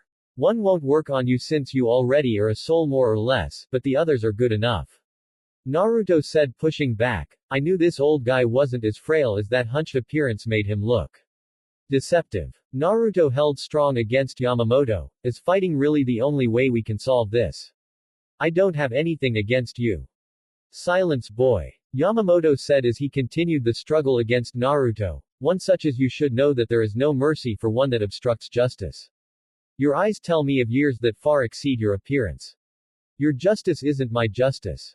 Naruto growled to him as the two pushed off one another and stood at a standoff. Yamamoto shook his head. Don't speak nonsense. There is no sense of individual justice that can override global justice. Naruto narrowed his eyes at Yamamoto and angrily swung the blade in his hand. My ass, there is no such thing as complete justice, even from those in control. Wrongs are committed by everyone, no matter who they are or what they try to do. One man's justice is another's injustice. Arrogant. How arrogant. It is too late for a verbal debate. Yamamoto said as he disposed of his captain's Haori and Shinigami top, revealing a heavily scarred and muscled frame underneath. I will grace you with the Shikai of my Zanpakuto, for one dangerous enough to come out of battle with one of my captains and still be able to fight mere days later it seems appropriate. Fuck that. Naruto said, blurring from sight to keep Yamamoto from using his Shikai. Naruto slashed at him with his blade that Yamamoto blocked. If you think I'm just going to sit there and let you release that thing without trying to stop it, you must be as senile as you look. No honor. Yamamoto questioned at Naruto disdainfully. Naruto smirked ruefully. You can have all the honor you want, I'd rather win. A clone seamlessly formed behind Yamamoto and launched a kick to the head that the old man blocked with his free arm. However, this left an opening that Naruto used to kick Yamamoto hard in the body, getting the old man to glare and cringe at the attack before the clone ricochetted a punch off of his face. The combined attack concluded with Naruto delivering a spin kick to the face that knocked Yamamoto away. Yamamoto stopped himself from stumbling any further and took aim at Naruto and his clone, Tricky. But how about this? Hado number 32. Aukasant Way of Destruction number 32. Yellow Fire Flash. Yamamoto held up his sword in front of him horizontally and generated a yellow orb of energy that expanded as it fired in a wide arc at Naruto and his clone. Naruto jumped over it, his clone however was unable to as it met its swift end. As he hung in the air from his jump he cursed for overjumping, as Yamamoto took this time to begin unsealing his Zanpakuto, Bansho Isai Kaijin 2. Raiden. Yukukyokusei no Jutsu, Lightning Release, Reverse Polarity. A transparent ball of electricity hit Yamamoto's Zanpakuto from Naruto's hand and interrupted his Shikai command. The jutsu threw him back along the ground and the old man quickly retook his feet to see that Naruto had landed and blurred toward him. Yamamoto simply blocked Naruto's blade after he reappeared from his use of swift release. A slash from the man broke Naruto's blade, disrupting Naruto's balance and throwing him backwards. Naruto threw the broken rod at Yamamoto who moved his head and dodged it. Fuck. If only I had time to go to my lockup and get a sword before coming here to the Soul Society. Kubikiraboucho would have been invaluable right now. Bakudo number 4. Heinawa Way of Binding number 4. Crawling Rope. Yamamoto generated a crackling rope of yellow energy in his hands and released it at Naruto. He was caught off guard by the speedy incantation and wound up with his arms and body bound by the rope. Naruto grimaced and started gathering power to break the rather weak Kido. You think this can hold me? I can still run away until I can break it. I'm sure that you can. Yamamoto admitted, but it wasn't meant to defeat you, it was meant to keep you at bay for a moment. He held up his Zanpakuto, getting Naruto to widen his eyes at realizing what he was going to do. Naruto ran at him and tried throwing kicks at the old man, but without his hands to perform any kind of supplementary ninjutsu, not even a substitution, Yamamoto was able to knock him away with an undefended knee to the body. Bansho Isai Kaijin Tenace, Ryujin Jaka, reduce all creation to ash, flowing blade like flame. Naruto's swift release saved him from being instantly incinerated by Yamamoto's Shikai as flames immediately leapt from the blade and engulfed the immediate area in a firestorm of sorts with flames so intense the sky even felt the effects of the heat, and there isn't even a drop of water for miles. Naruto muttered to himself as the flames surrounding Yamamoto whipped about wildly. Naruto slapped himself several times and shrugged his shoulders. Fine. Bring it on, Yamamoto Gigi. The old warrior began walking through his own flames towards Naruto. Is that it? No matter how powerful you are, you won't be able to defeat my Shikai with that amount of power. What Soi Fon had to report about your attacks shows that the skills you showed her won't be enough to defeat me. Naruto had his head down as the sweat from the heat of the attack started forming on his forehead. The binding ropes then broke from Naruto's frame, allowing him to take his jacket off and throw it to the side. His little weapons wouldn't do any good here, the element of surprise was gone. You're going to find out the hard way that giving me chances is the last thing that you want to do. Naruto looked up at Yamamoto with his toad-like eyes with yellow irises and horizontal bar-like pupils to go with his Rinnegan. An orange pigment marked the outside of his eyes, because the first opening you give me could be your last. Captain Commander or not. Yamamoto looked at Naruto in interest as his Raryoku skyrocketed and he blasted the area in a stream of Reiatsu intense enough to begin blowing the flames away from him with a powerful wind that cut through the fire. You're strong enough to resist my Shikai's release without being turned to ashes. This battle will be worthwhile after all. What are you? Naruto rolled his unique-looking eyes amid the clash of powerful spiritual energies. I've told you people again and again, word should have spread, I'm a sage. If I end up kicking your ass, will you finally get the point and remember? XXX. Having expected Yamamoto to follow them away from the cliff, Shunsui and Yukitake were surprised when the release of their overall leaders Zanpakuto filled the sky and atmosphere. Oh man, Shunsui muttered, poor Ryoka, Yama-jii is going to burn that guy alive. He sighed, you know we've got to go back and bail him outright. He said to Yukitake. It would be the right thing to do, you're right. Yukitake said, maybe between the three of us simultaneously we can. He was cut off when a power that he could swear came close to matching the brute force of Ryujin Jaka erupted from the same place, forcing him into a coughing fit. Whoever is fighting Yamamoto-sama is powerful. He could be just as strong as both me and Shunsui when we release our Shikai simultaneously. Shunsui let out an impressed laugh. Well, shall we go back up our new part-time comrade, whomever he may be? The laid-back captain took off towards the site of the battle. XXX. Yoruichi vs. Soi Fon. The two clashed repeatedly atop the trees amid a flurry of disciplined punches and kicks before breaking off and staring one another down. Soi Fon, clothing at the time was her operational outfit. It had no sleeves and did not cover her back. It also had a slit in the outside of both thighs to her waist where it was tied by a yellow obi, leaving that part visible underneath. Above her long black armbands that extended past the elbow, she had a rather nasty bruise on her shoulder from the current fighting, one hit. You got me once. It looks like that last exchange ended in a draw, Yoruichi. Apparently. Yoruichi said as she wiped some blood from her lip, that outfit of yours, what kind of tricks does it do? It seems to prevent me from seeing your movements. Tricks. Soi Fon repeated with an amused smirk. She suddenly blurred out of sight and reappeared behind Yoruichi with her Zanpakuto drawn into her neck. Is that really what you think? Jinteki Shikusetsu, Suzumaki, sting all enemies to death, hornet. Her Shikai activated as she held her bladed gauntlet at Yoruichi's neck. Yoruichi tried to rapidly escape Soi Fon's grasp with Shunpo, but Soi Fon matched her and landed an attack that cut her across the front before she was able to get away at a safe distance from her former underling. Soi Fon watched Yoruichi land on a tree branch, crouched and holding her torso. Why don't you just admit that I'm stronger than you?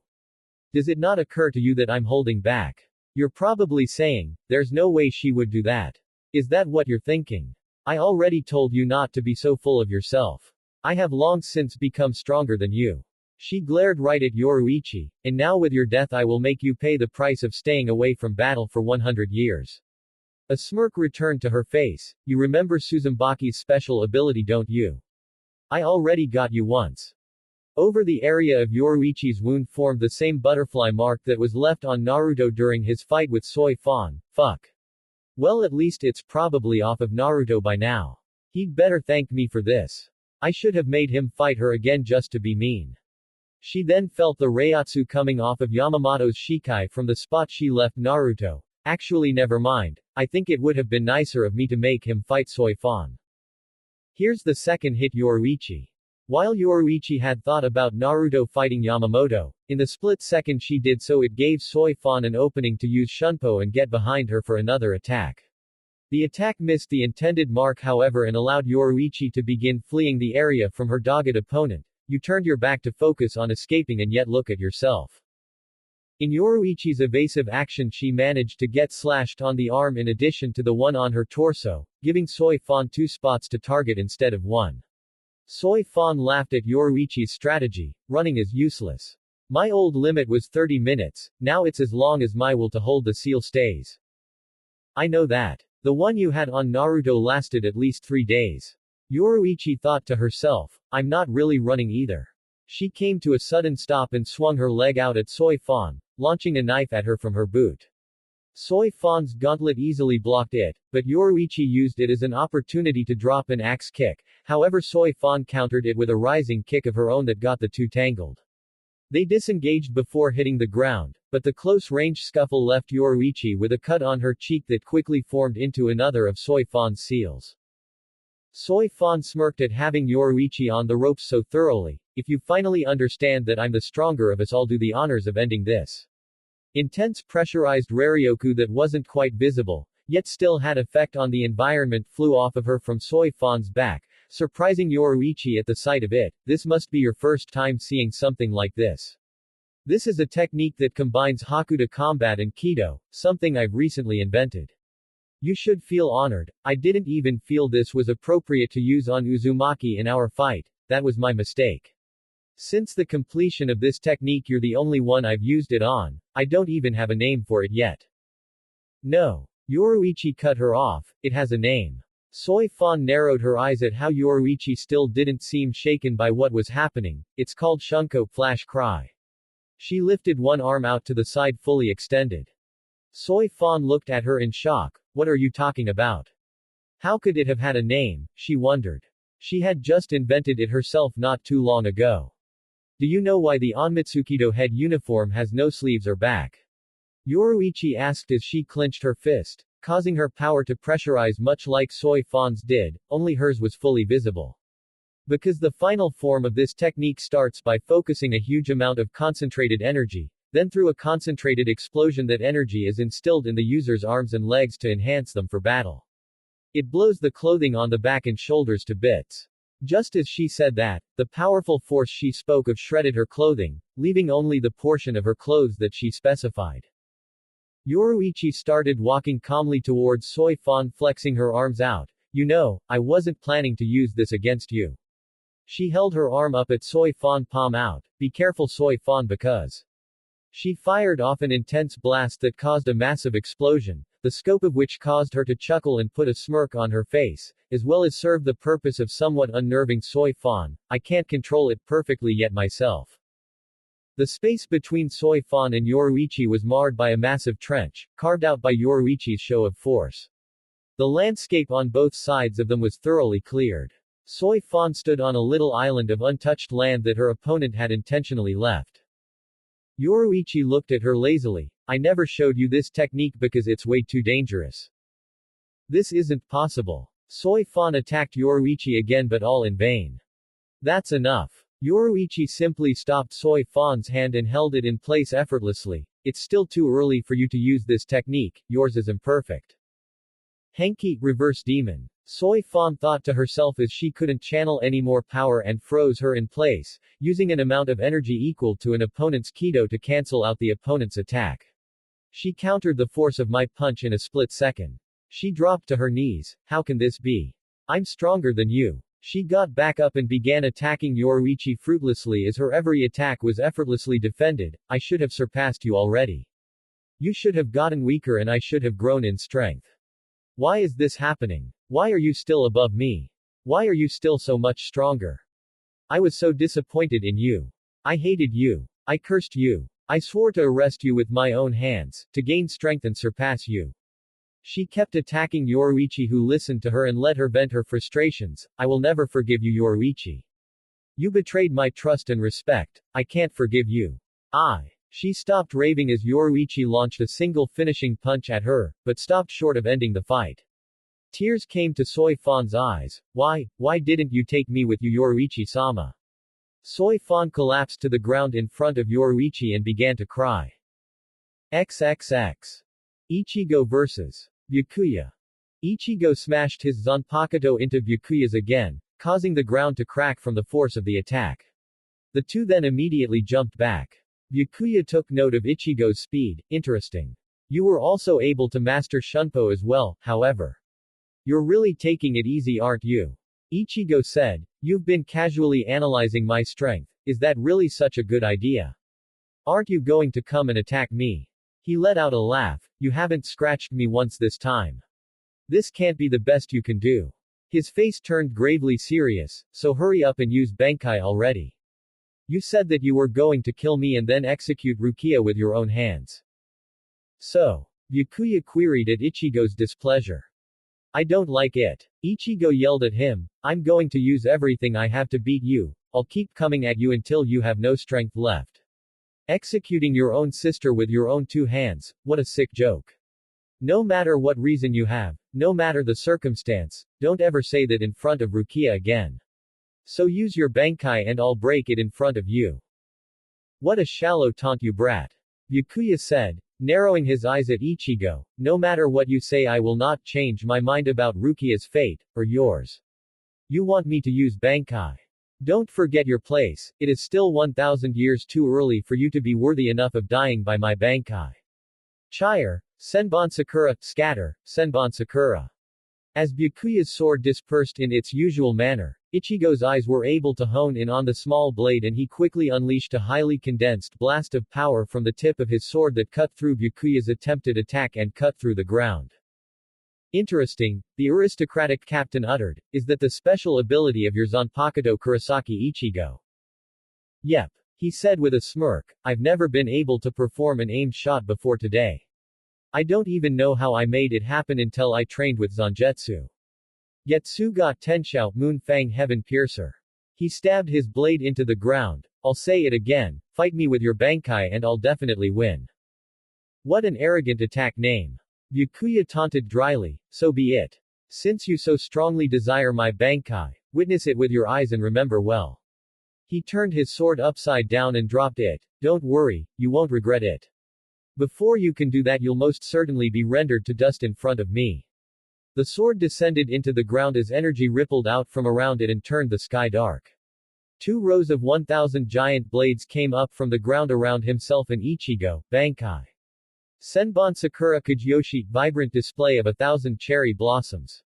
The blades then scattered into an impossible to count number of blossom-looking tiny blades. Ichigo pulled his sword from the ground and jumped into the air to avoid a quick rush of the blades before directing himself at Byakuya to attack. How naive. Byakuya commented before a torrent of the blossoms attacked Ichigo from above and slammed him into the ground. The strength of Senbon Sakura lies in its ability to attack with countless blades from all directions. Your Zanpakuto's strength is great, however it is impossible to dodge using such slow technique. Ichigo pulled himself up, wounded from countless cuts on his body from Byakuya's attack. I thought I had it, damn it. I guess not though, it's only logical that by using my initial release it's impossible to beat Bankai. I underestimated you like an idiot. Byakuya glared at him dangerously. Be careful in your choice of words, brat. You make it sound as if you've acquired Bankai. A laugh escaped Ichigo. Yeah, that's exactly what I was implying, Kuchiki Byakuya. What did you say? Byakuya asked with tone of underlying threat. Responding to a question with a question. Ichigo taunted, I know you heard me. You believe me, don't you? It doesn't matter if I say it 2 or 3 times. If you don't believe my words, I'll show your eyes, Byakuya. Watch carefully, this is my Bankai. Ichigo held out his sword in front of his body as his Reiatsu stared, emitting treacherously, tearing up the landscape about and shrouding him from view. When the dust cleared, Ichigo stood in a long, ankle-length black coat closed at his chest with a jagged bottom. His sword itself was now thinner, the design of a Deitu with a jet-black blade, Tensa Zangetsu, Heaven Chain Slaying Moon. He said, looking back over his shoulder at Byakuya. XXX. Naruto vs. Yamamoto. It's just my luck, of course. Naruto thought to himself as he found himself outrunning the flames from Yamamoto's Zanpakuto. His flames were strong. Naruto couldn't get past the obscene amount of flames to attack the captain commander directly. His wind would just make the fires worse, and of course there's no source of water for me to use a strong enough water jutsu with. It's so dry here that I couldn't pull enough moisture from the atmosphere to make a raindrop. You're quite the elusive one when you want to be Uzumaki. Yamamoto said as he continued to direct his flames at Naruto, trying to cut him off or corral him towards the side of the cliff. Naruto's Sage Mode enhanced swift release speed allowed him to aptly dodge the flames of Ryujin Jaka and scurry up the side of the Tsukyoku execution platform with simply raw speed and momentum. From the view given to him up high, Naruto could see that he was cornered and the entire battlefield was covered in flames. Fantastic, he muttered to himself sarcastically, don't make me do this, Yamamoto Gigi. This is really going to fuck you up if I do. You aren't dodging this. The flames continued to shift about wildly and began climbing the pillar to reach Naruto. If he jumped down he would be jumping right into fire, if he stayed up top he would be more or less burned at the stake. You have nowhere to go. Yamamoto declared to Naruto loudly, surrender and accept your demise gracefully. Naruto started making hand seals, tell you what. You can take that flaming sword, and shove it up your ass, I don't quit. He took a deep breath and punched himself in the stomach hard. Fuden, Renkuden, wind release, drilling air bullet. Naruto fired off highly compressed ball of air from his mouth, strong enough to form a shockwave around his mouth when he let it go. The ball flew towards Yamamoto, blowing his flames out of its path and neutralizing his Zanpakuto's Shikai instant effect. I see, Bakudo number 81, Denku, way of binding number 81, splitting void. A translucent barrier in the form of a rectangular wall formed in front of Yamamoto just as Naruto's volatile attack hit, exploding on contact. As the smoke cleared, the ground in front of the barrier had a crater 75 meters 246 feet in circumference, a strong Kido, but still not strong enough to break my Bakudo. Maybe on one of the normal captains that would have hit. His taunt died in his throat when he felt an incredible focalized point of Raryoku coming from where Naruto had been standing on the Tsukyoku. Two clones stood next to Naruto generating power as the original stood with his hand outstretched overhead, holding a large shuriken of raw energy over his head with a solid orb in the center. It let off a loud bell-like screech. The power of the jutsu began either sucking away of blowing down the flames crawling up after him. Not a Kido, it's ninjutsu, my ninjutsu. Fuden, Rasenshuriken, wind release, spiraling shuriken. Yamamoto's usually half-lidded gaze snapped wide open as he felt the strength of the attack in Naruto's hand and immediately began readying a counter, sensing that letting it come at him would end with nothing short of his own complete eradication. Limit of the thousands hands, respectful hands, unable to touch the darkness. Shooting hands unable to reflect the blue sky.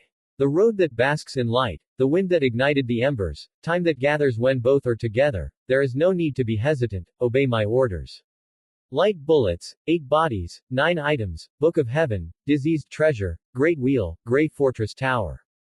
Aim far away, scatter brightly and cleanly when fired. Hado number 91, Senju Kouten Taiho, Way of Destruction number 91, Thousand Hand Bright Heaven Cutting Seer. 10 large pink energy beams formed around Yamamoto, aimed right at Naruto. On the other hand, Naruto narrowed his eyes at the attack Yamamoto was forming and grit his teeth to brace himself. Neither of us are dodging either of these, so let's crash 'em and see who stands up. Yamamoto GG. With one last cry of exertion, Naruto let the Rasenshuriken rip towards Yamamoto. Just before Naruto threw the Rasenshuriken, Yamamoto fired his own attack. The beams formed one large one and plowed into Naruto's Rasenshuriken, which expanded widely on impact, with the resulting explosion obliterating what hadn't been destroyed earlier of the Tsukyoku and making an utter wreck of everything within 3 kilometers of the epicenter. XXX. 10 minutes before, Ichigo vs. Byakuya. What is that thing? Byakuya asked rhetorically at the appearance of Ichigo's Bankai. That small blade is his Bankai. Isn't that just the normal sealed form of your Zanpakuto? He narrowed his eyes. I see. With the execution of your Bankai, it appears you enjoy stepping on our pride. Then I will elicit the penalty for such. Byakuya moved his arms to initiate another attack with his own Bankai when Ichigo suddenly appeared right in his face, his blade on Byakuya's neck. If that pride has anything to do with Rukia's execution, then you're damn right I'm going to step on it. That's the whole reason I obtained Bankai. Ichigo then flashed back to his original place. I never saw him move. Byakuya thought to himself, why did you move your blade from my neck? Was it to show your confidence? Arrogance is often the undoing of a victory. I'll say it again, that thing you are holding cannot be Bankai. It is impossible for something so small to be Bankai, and it is impossible for one like you to obtain Bankai.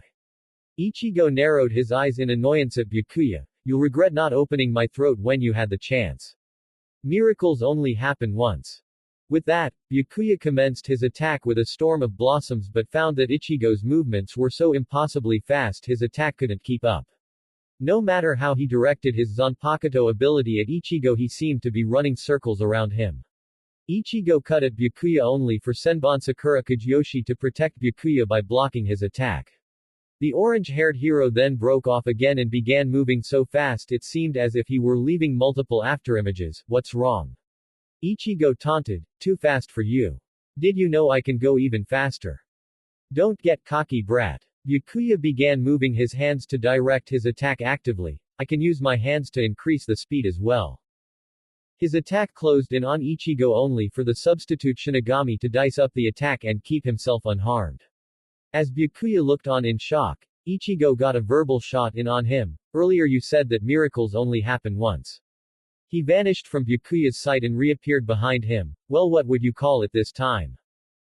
However, Byakuya grabbed the blade in his hand, taking the damage to analyze the attack. I see, you take all of the power of your Bankai and compress it into a small condensed form. You then use the power granted to you to perform hyperspeed combat. Very well then, this power of yours, I will eradicate it. Ichigo swiftly freed the blade from Byakuya's grip and got some distance away from Byakuya. Kurosaki, watch carefully. This is it. The form that foregoes all defenses and focuses solely on the destruction of the enemy. Senbon Sakura's true form. Senki, Senbon Sakura Kageyoshi, annihilate, vibrant display of 1,000 cherry blossoms. The blood from Byakuya's wound glowed and turned to energy that mixed with his Bankai blades, forming into complete glowing swords that formed 4 floating rows that circled all around Ichigo and himself in the form of a column. Seeing the look of fear on Ichigo's face, decided to assuage some of it. Don't worry.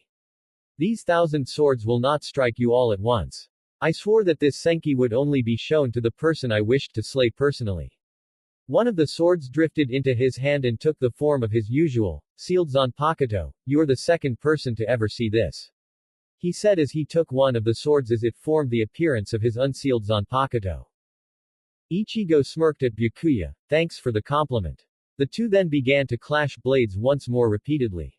The two traded damage back and forth, the blood from their wounds staining the ground, rocks, and even the elevated swords forming Byakuya's technique. Ichigo however was steadily taking more damage from Byakuya as time dragged on. The two clashed again when Byakuya decided to comment, your moves have become sluggish Kurosaki Ichigo. Really? Ichigo cracked back, from how I see it, your sword is moving so slowly it's like you're not even moving. In reply to the cheeky young warrior, Byakuya drove his sword through Ichigo's foot before placing 2 fingers against Ichigo's shoulder. Hado number 4. Byakurai, Way of Destruction number 4. White Lightning.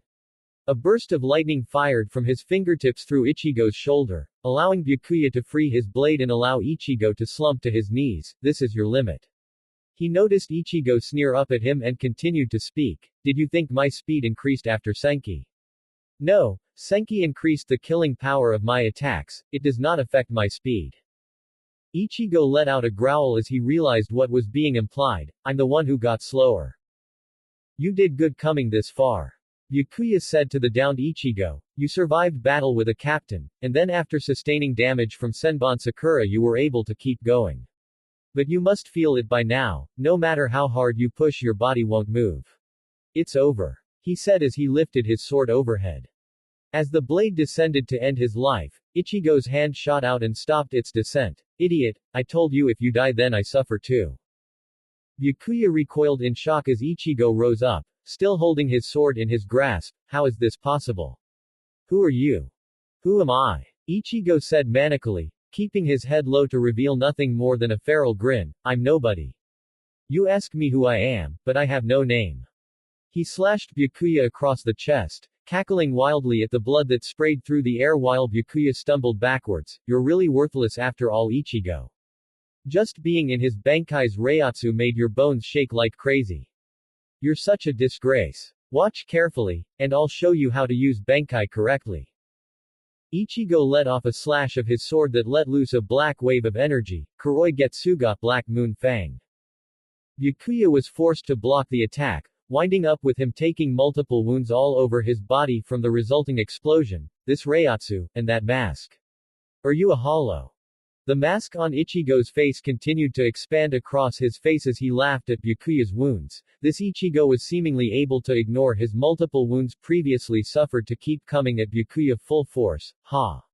You don't need to know that because soon you'll.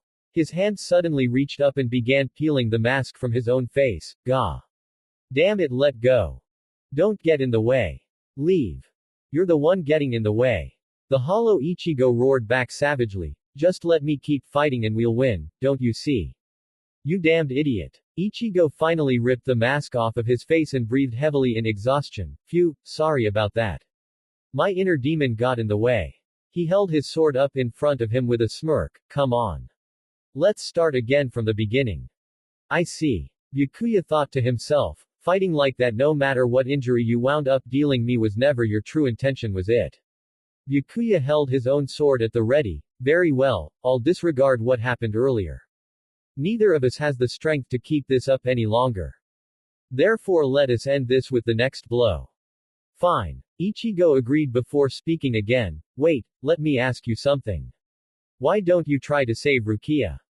Byakuya closed his eyes. If you defeat me I'll answer that question. Ichigo smirked in response. Shukei, Hakutaiken, Endscape, White Emperor Sword. All of the swords surrounding the two made their way into a single powerful sword focusing all of Byakuya's power. The white aura took the form of a bird, forming wings of energy on Byakuya's back and surrounding his body with a halo.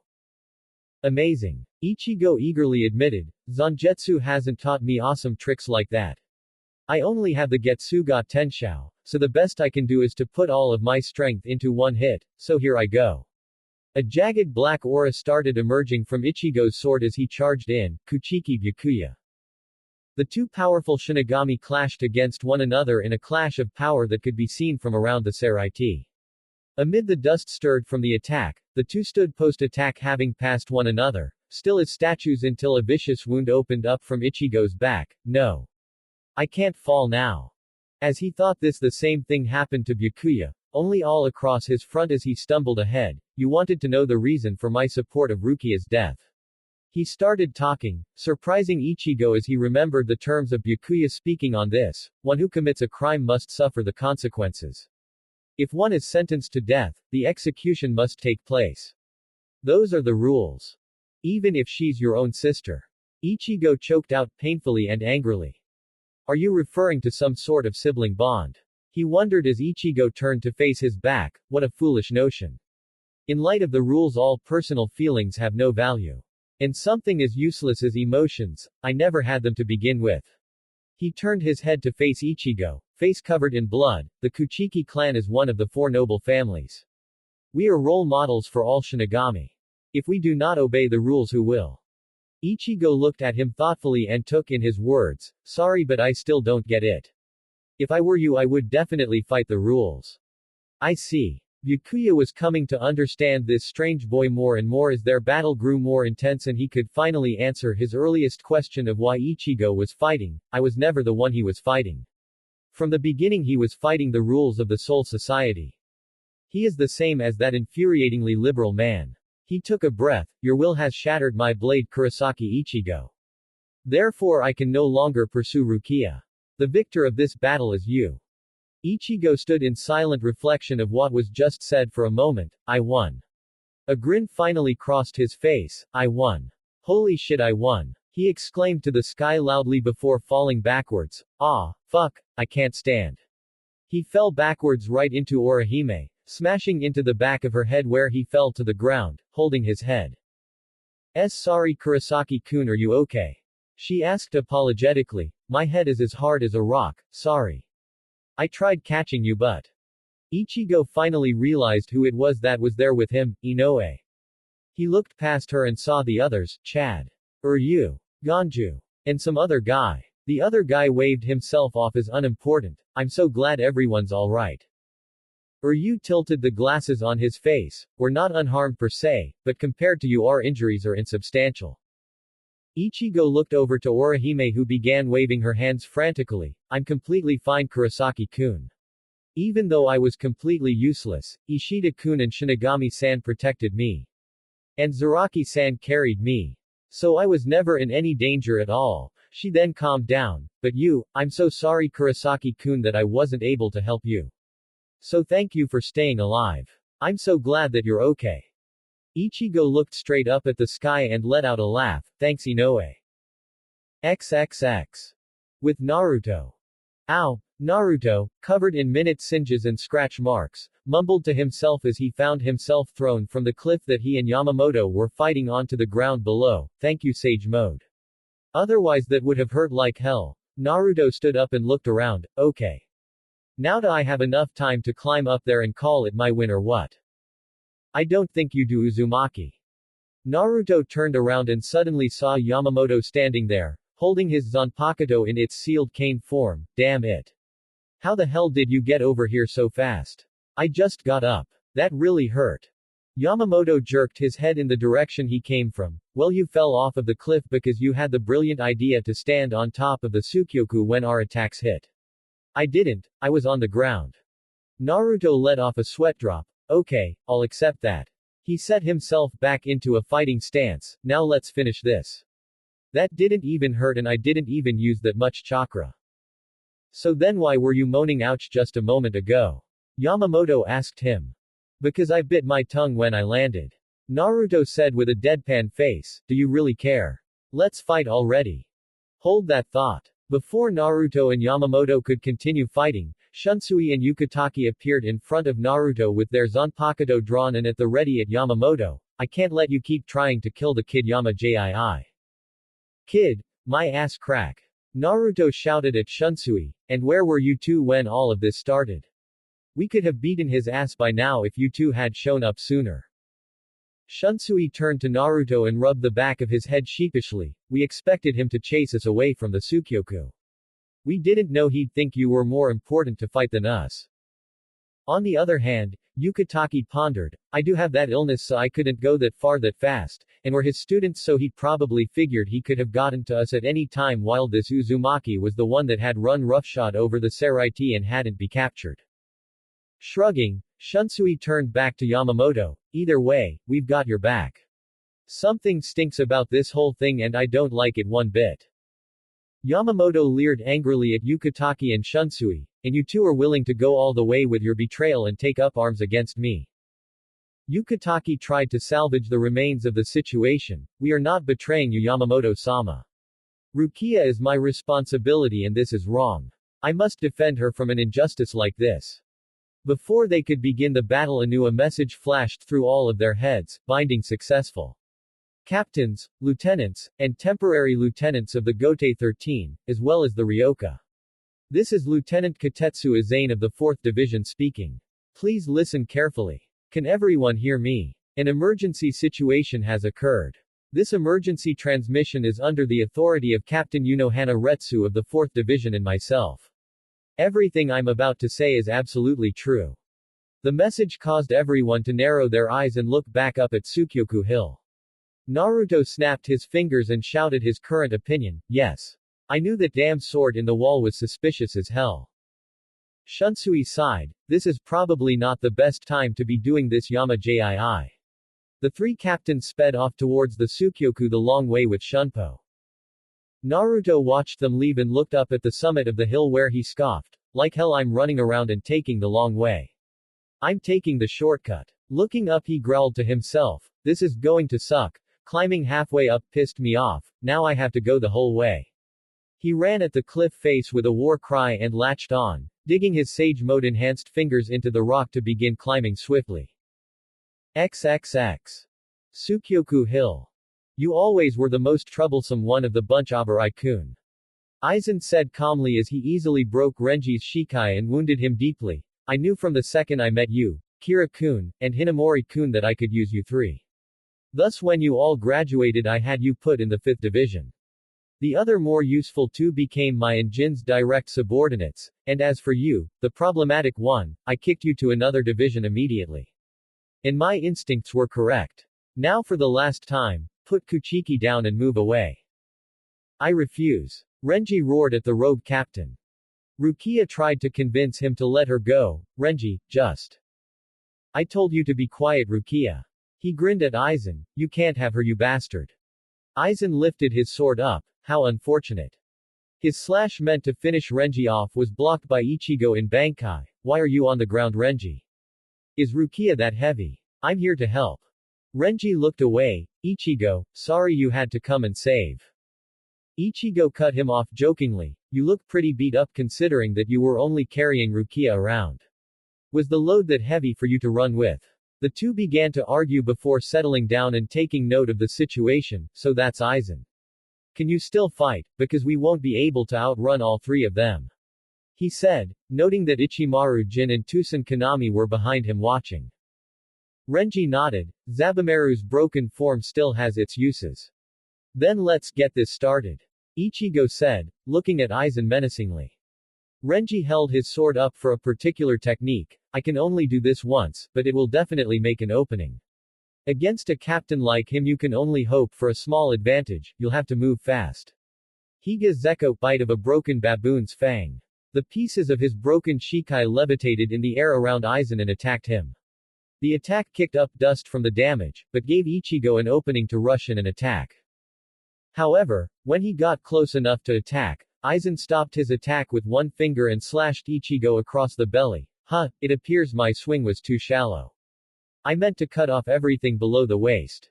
Aizen then vanished and reappeared behind Renji, having already cut him down as well, leaving him alone with Rukia, stand up Kuchiki Rukia. When she couldn't stand he shook his head, of course. My Reiatsu is making it hard for you to stand. He grabbed her by her prisoner's collar and began to drag her along. Looking over at Ichigo who was still conscious he taunted the downed Ichigo. You must really hate the fact that your strength doesn't equal the level of your vitality, though it would be best to cease with that recklessness. Right now your spine is the only thing holding your body together. Getting up would destroy your body.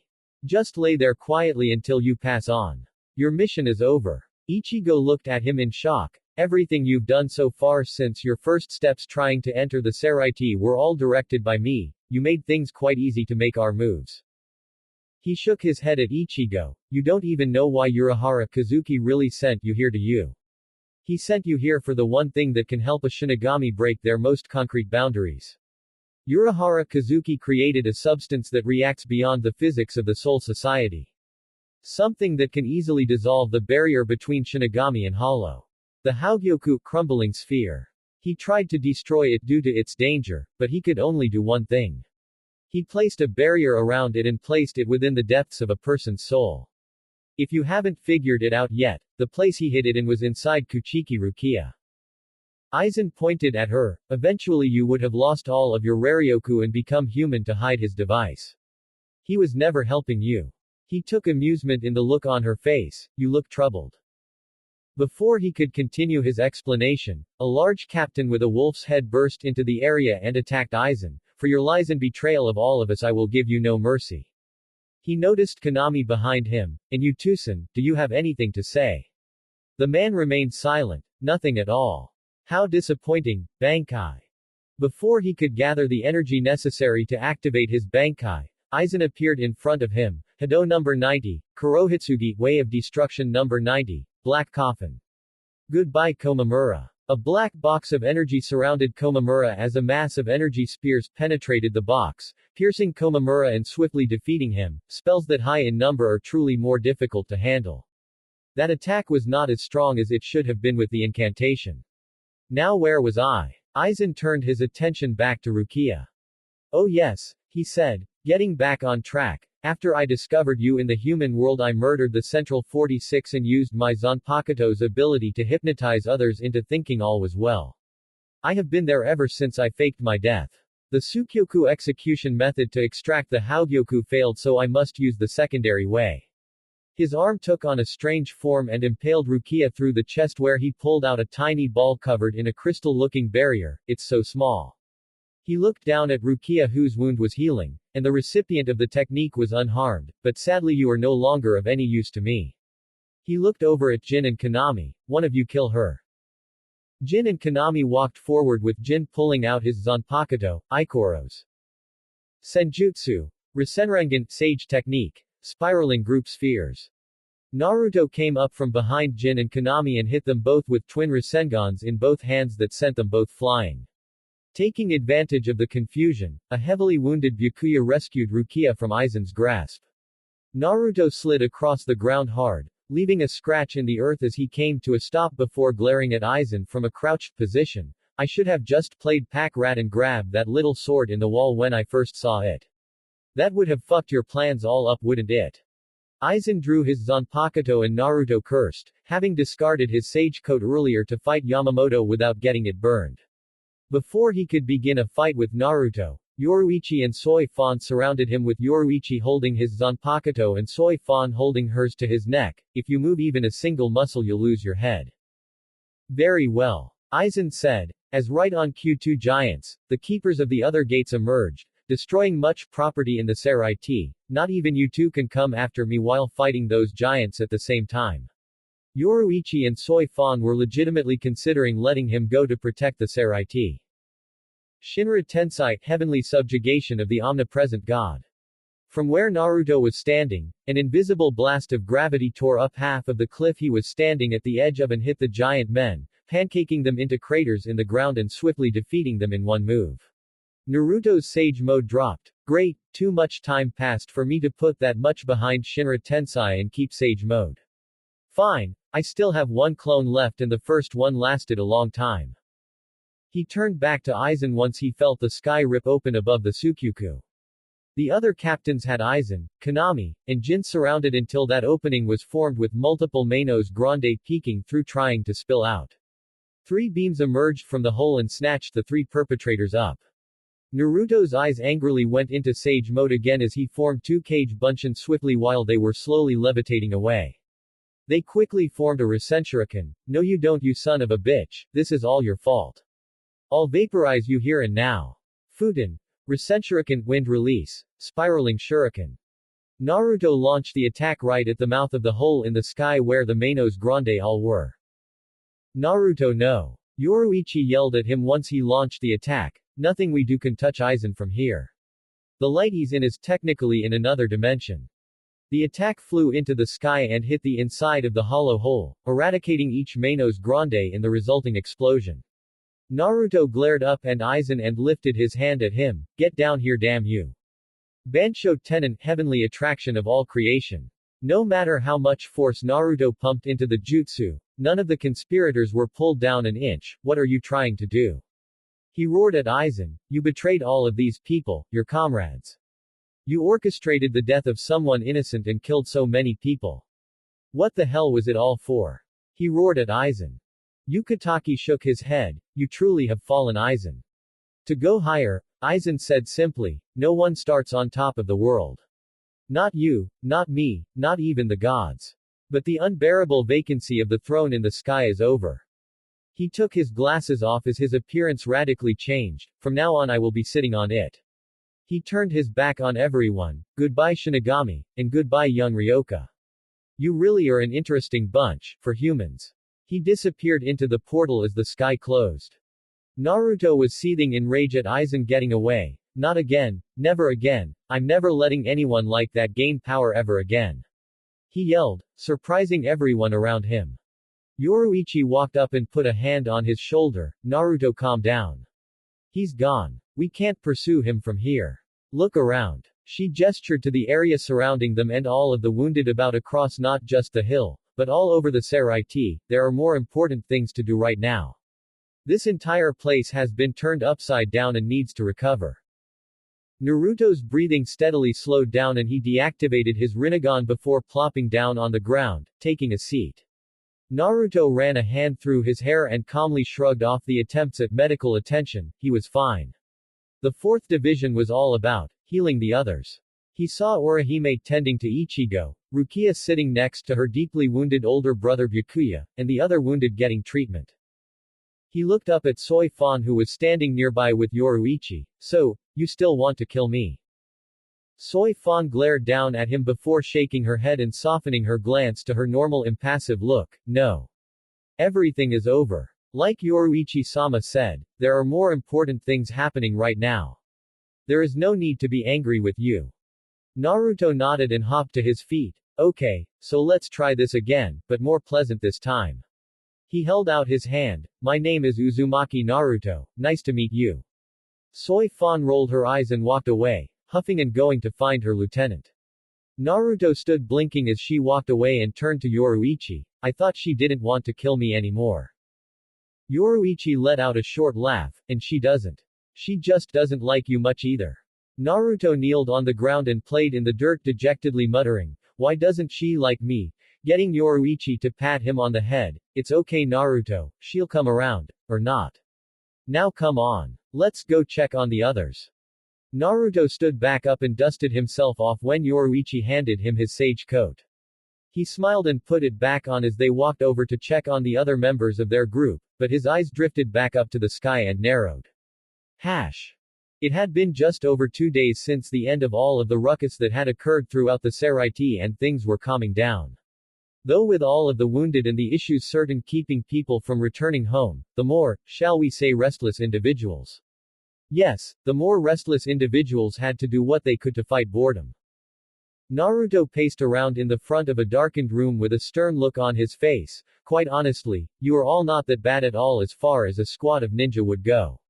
For most people, you'd get the drop on them and kill them. Unfortunately for all of you, I'm not most people, and I wound up kicking your asses in fast forward. Naruto stopped and looked out at the crowd of the shadowed members of the Onmitsukido executive militia. Any questions? He waited for a moment to hear nothing. Okay, good, moving on. He then pulled a dry erase board out and began drawing rudimentary diagrams. One of the things that I noticed is that you all don't use that many traps. I expected the entire 2nd Division HQ to be booby-trapped to the hilt, not a single one. Today's lecture will be to teach you all the nuances of trapping and the sweet science of the ambush. Questions? Once again no one said anything. Good, then let's start. Now how do you know you're in an ambush? You're probably thinking, when things don't feel right. Well, in that case you're wrong, and being wrong means you're dead. You're being ambushed when everything feels right. When everything seems like it's going your way, things are going too well, and that means you're being ambushed. What about diversions? One of the special forces said. Naruto pointed at him. That is a very good question. A good trap feels like a simple diversion, something threatening enough to get your attention to divert it from something else. If it feels like it's too easy to get out of, and the answer to the issue is too basic and spelled out for you, it is a trap, and doing the obvious will get you killed. Likewise for situations that feel too comfortable when they really shouldn't. Naruto then blinked and his face went stark in realization. Speaking of traps, this is one, isn't it? Everyone in the room remained still and silent. Yeah, this is a trap. There's no way in hell I'd be getting in here without Soi Fon trying to take my head off for doing it, which means. Naruto was cut off when he quickly burst into smoke as a fist passed through it. Damn, Soi Fon said to herself, I just missed him. She stood up and looked at the force that she commanded. That was acceptable as a diversion. The execution on my part was flawed. I waited until he realized something was wrong to attempt to strike. Remember, never let your quarry have time to deduce that something is wrong or else your ambush is compromised. Now back to work, she said as she walked out of the room.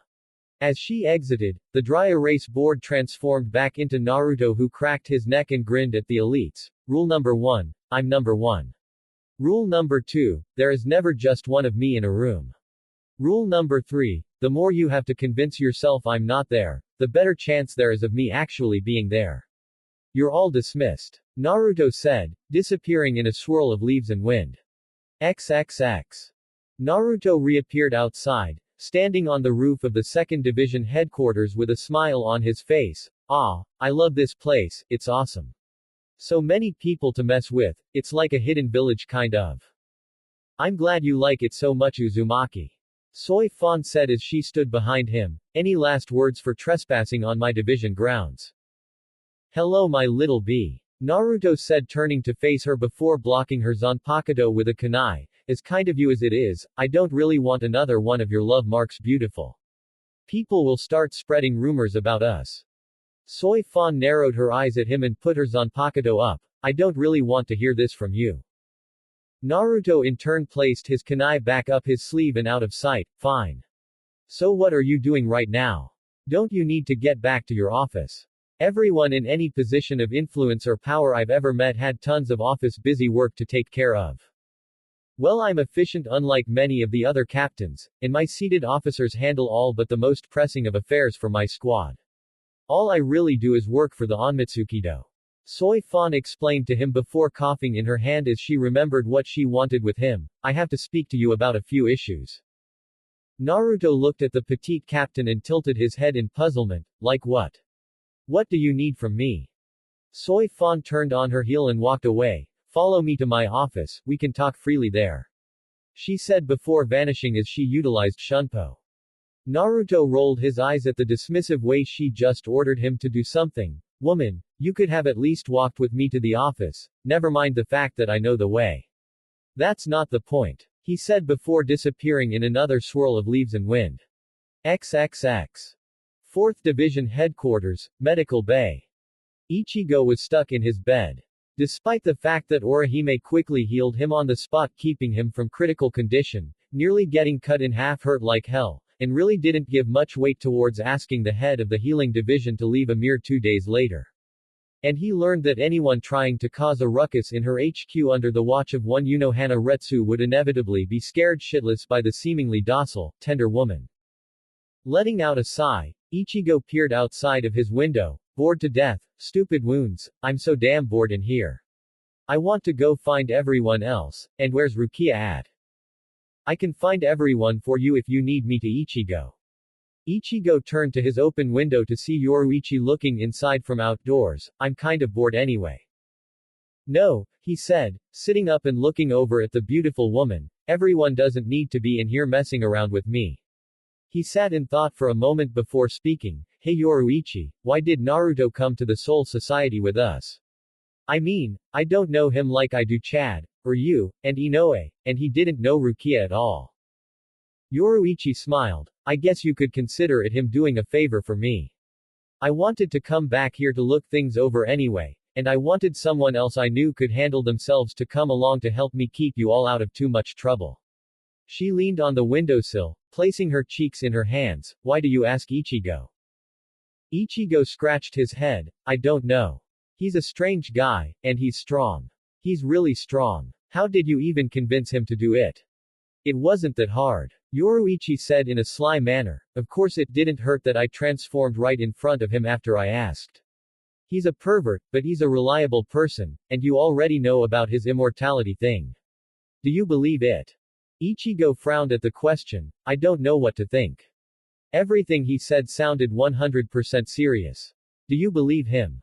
Yoruichi nodded with a serious look on her face. Absolutely I do. He's knowledgeable about too many events in the world of the living that no one should know about, and he can give me first-hand accounts of certain times in your human history.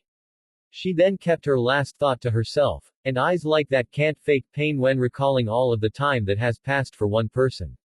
It's his eyes, no matter what they will always show the emotion he tries to keep to himself for those skilled enough to seek it. Ichigo lay back down in his bed. Well, either way, I trust him. I didn't at first, but after this whole crazy thing and all of the stuff we did I can't help but respect the guy. Hey, how strong is he by the way? Yoruichi blinked. I don't really know. I fought him before, but that was before both of us were in actual fighting shape. It was mostly us messing around before we traded one good attack and that was that. He fought the Captain Commander Yamamoto without too much damage being done to either of them, so I don't know how good he really is. When he fought Soi Fon he held back too much on my account and got himself hurt badly. Ichigo took all of this to mind, so if we fought could I beat him? Yoruichi snorted and began laughing, putting a tick mark of annoyance on the substitute Shinigami's head. All you had to do was say, not yet Ichigo. Or better yet you could have just said no. But you had to laugh didn't you? XXX. 2nd Division Headquarters, Soi Fon's office. Naruto sat comfortably in a chair in front of Soi Fon's desk as he patiently watched finish up her work. He simply chose to look aimlessly around the office that he had already been in beforehand with Yoruichi, but getting a claw mark across the face kept him from analyzing everything he could in there. Stop sizing up my office Uzumaki. Soi Fon said, not looking up from her work, but still well aware of what Naruto was doing. I'll be done in just a moment. Naruto gave a smile that she couldn't see. It's okay, you can do what you want. I have all the time in the world, literally. There's no rush for me my little bee. Soi Fon kept silent until she finished and set her completed documents to the side. First of all, will you stop calling me that? Only Yoruichi-sama has ever called me that and I would like that to remain as it is. Naruto thought about it for a moment. Will you go out with me? He could feel her Reiatsu spike at the implication, to explore the Seireitei. Damn, let me finish first Soi Fon. He cleared his throat and continued, I have no idea where I'm going or what there is to do for any kind of relief around here. What do you do in your spare time? I train. Soi Fon said, glaring at him slightly. That's what a good warrior is supposed to do in times of peace, train their bodies and spirits for times of strife. Naruto fought the urge to sigh. I meant when you're not training. You've got to have a cool down hobby. Soi Fon quickly answered him, I meditate. Naruto's smile returned as he leaned forward in his chair and put his hands on her desk. There you go, that's something. I meditate all the time too, it's relaxing. So what else do you do for fun? Come on, you've got to have something. No, I don't. Soi Fon said, starting to get perturbed with Naruto. Speaking of Naruto, he gave her a deadpan look before abruptly standing and grabbing her arm, surprising Soi Fon with the sudden action. He got as far as halfway to the door when she reversed his grip to a dominant position for her behind his back and shoved him face first into said door. Ow. Close aren't we? Didn't even have to buy you dinner first, I'm awesome. Soi Fon jerked his arm to an uncomfortable angle. What do you think you're doing, Uzumaki? Speak quickly before you lose this. She said, accentuating her point by putting more torque in his arm. I just ow. Okay. Naruto said, trying to get her to ease off of him. I just wanted to get you out of this stuffy old office. You're too pretty to be doing nothing but working all the time. How long have you been doing this? 100 years. Soi Fon was no longer trying to break his arm, but she moved close enough to hiss lowly into his ear, I don't like you, Uzumaki. He opened his mouth to offer a witty retort when she jerked his arm to get him to be quiet. Shut up. You have an incredible amount of skill for battle. You fought Yamamoto Sotaicho to a standstill. You got the better of me in our conflict. You are powerful and yet you walk around with this attitude. You never take anything seriously. You always pretend that everything is all a big joke, even in combat. What is wrong with you? Naruto looked over his shoulder at Soi Fon, staying silent for a long time as her hardened eyes tried burrowing into his head with her gaze. You really don't like me? No. She said assertively, I tolerate you because Yoruichi-sama holds you in high regard for some reason. Were that not the case, I probably would have tried to exterminate you by now for being a nuisance. But trying to kill you would clearly displease her, and your death isn't worth it. Soi Fon finally let go of Naruto's arm and let him turn to face her. Naruto was rubbing his arm trying to get the feeling of pins and needles out. I see, Yoruichi-chan huh? Yoruichi-sama. Soi Fon exclaimed threateningly, you will address her properly. Naruto picked at his ear, yeah, no. I don't address anyone properly. I haven't done it once in the tons of years I've been alive and I'll be damned if I start now. So let's go find Yoruichi-chan right now. I can do it. Initially she had planned to berate him for once again using Yoruichi's name in a far too familiar manner. However, after registering what he had said along with it, Soi Fon's eyes widened. Really? Really? Naruto said with a grin. Right now. She wondered, an opportunity to actually spend time with her idol for the first time in over 100 years dangling right in front of her. I have to remain behind in case of work. It's my duty. Blah, blah, blah. Naruto said as he created a cage bunshin and hanged it into Soi Fon before sending it behind the desk in her place. There. The only way to prove it isn't you is to punch it in the face. Is there anyone at all under your command with the balls to do that? Soi Fon shook her head. Then that means that you're clear.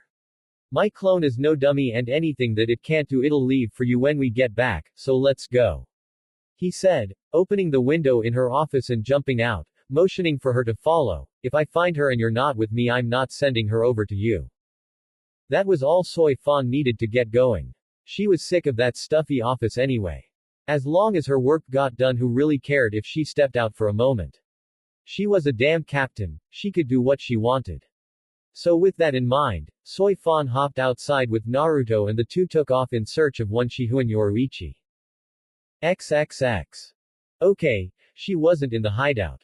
I knew that was going to happen.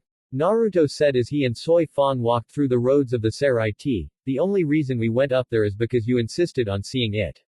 Naruto then pouted. You didn't even want to use the hot spring while we were there.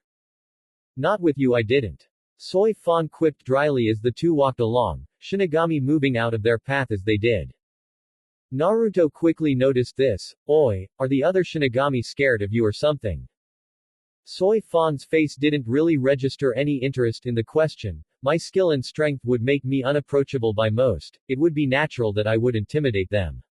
Honestly, since Yoruichi-sama did years ago, you're actually the only person that has ever done anything like this with me.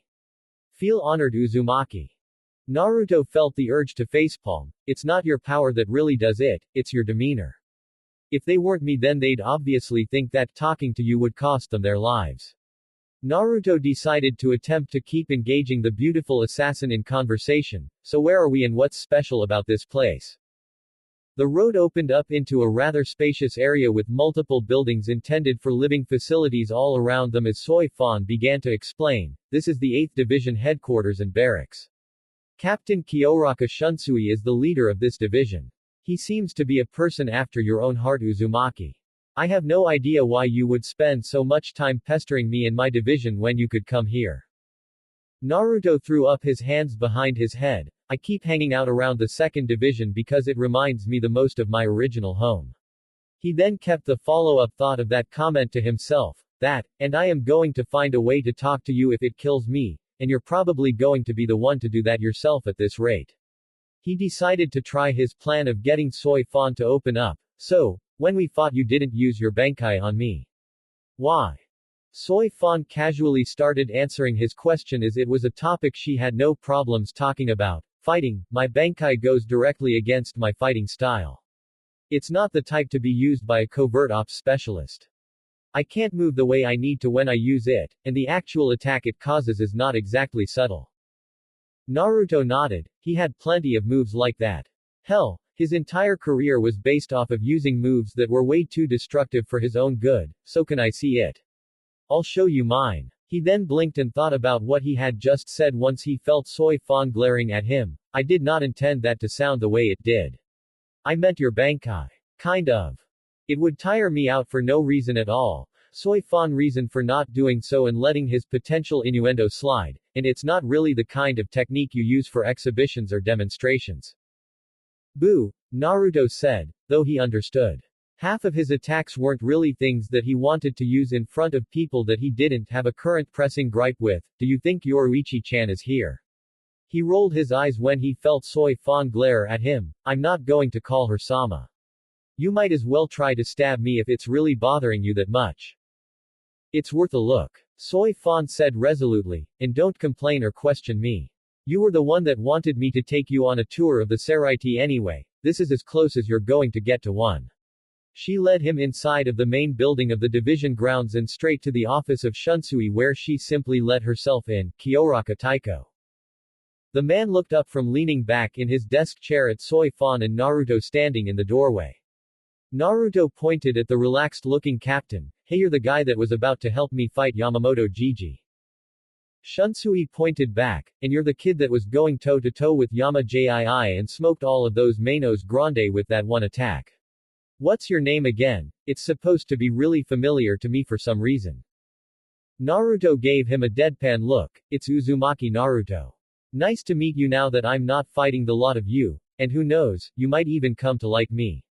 Me and Soi Fon had a little run around during all of the invasion stuff, and now look, we're great friends. He tried putting an arm around her and wound up eating a jab to the breadbasket that had him sucking air. See? That was friendly little love tap. He said in a squeaky voice. Shunsui nodded and chuckled at Naruto and Soi Fon's interaction. So what can I do for both of you? Do you need my assistance with something, or would you simply like to have a drink with me? Naruto raised his hand. I vote we do the second one.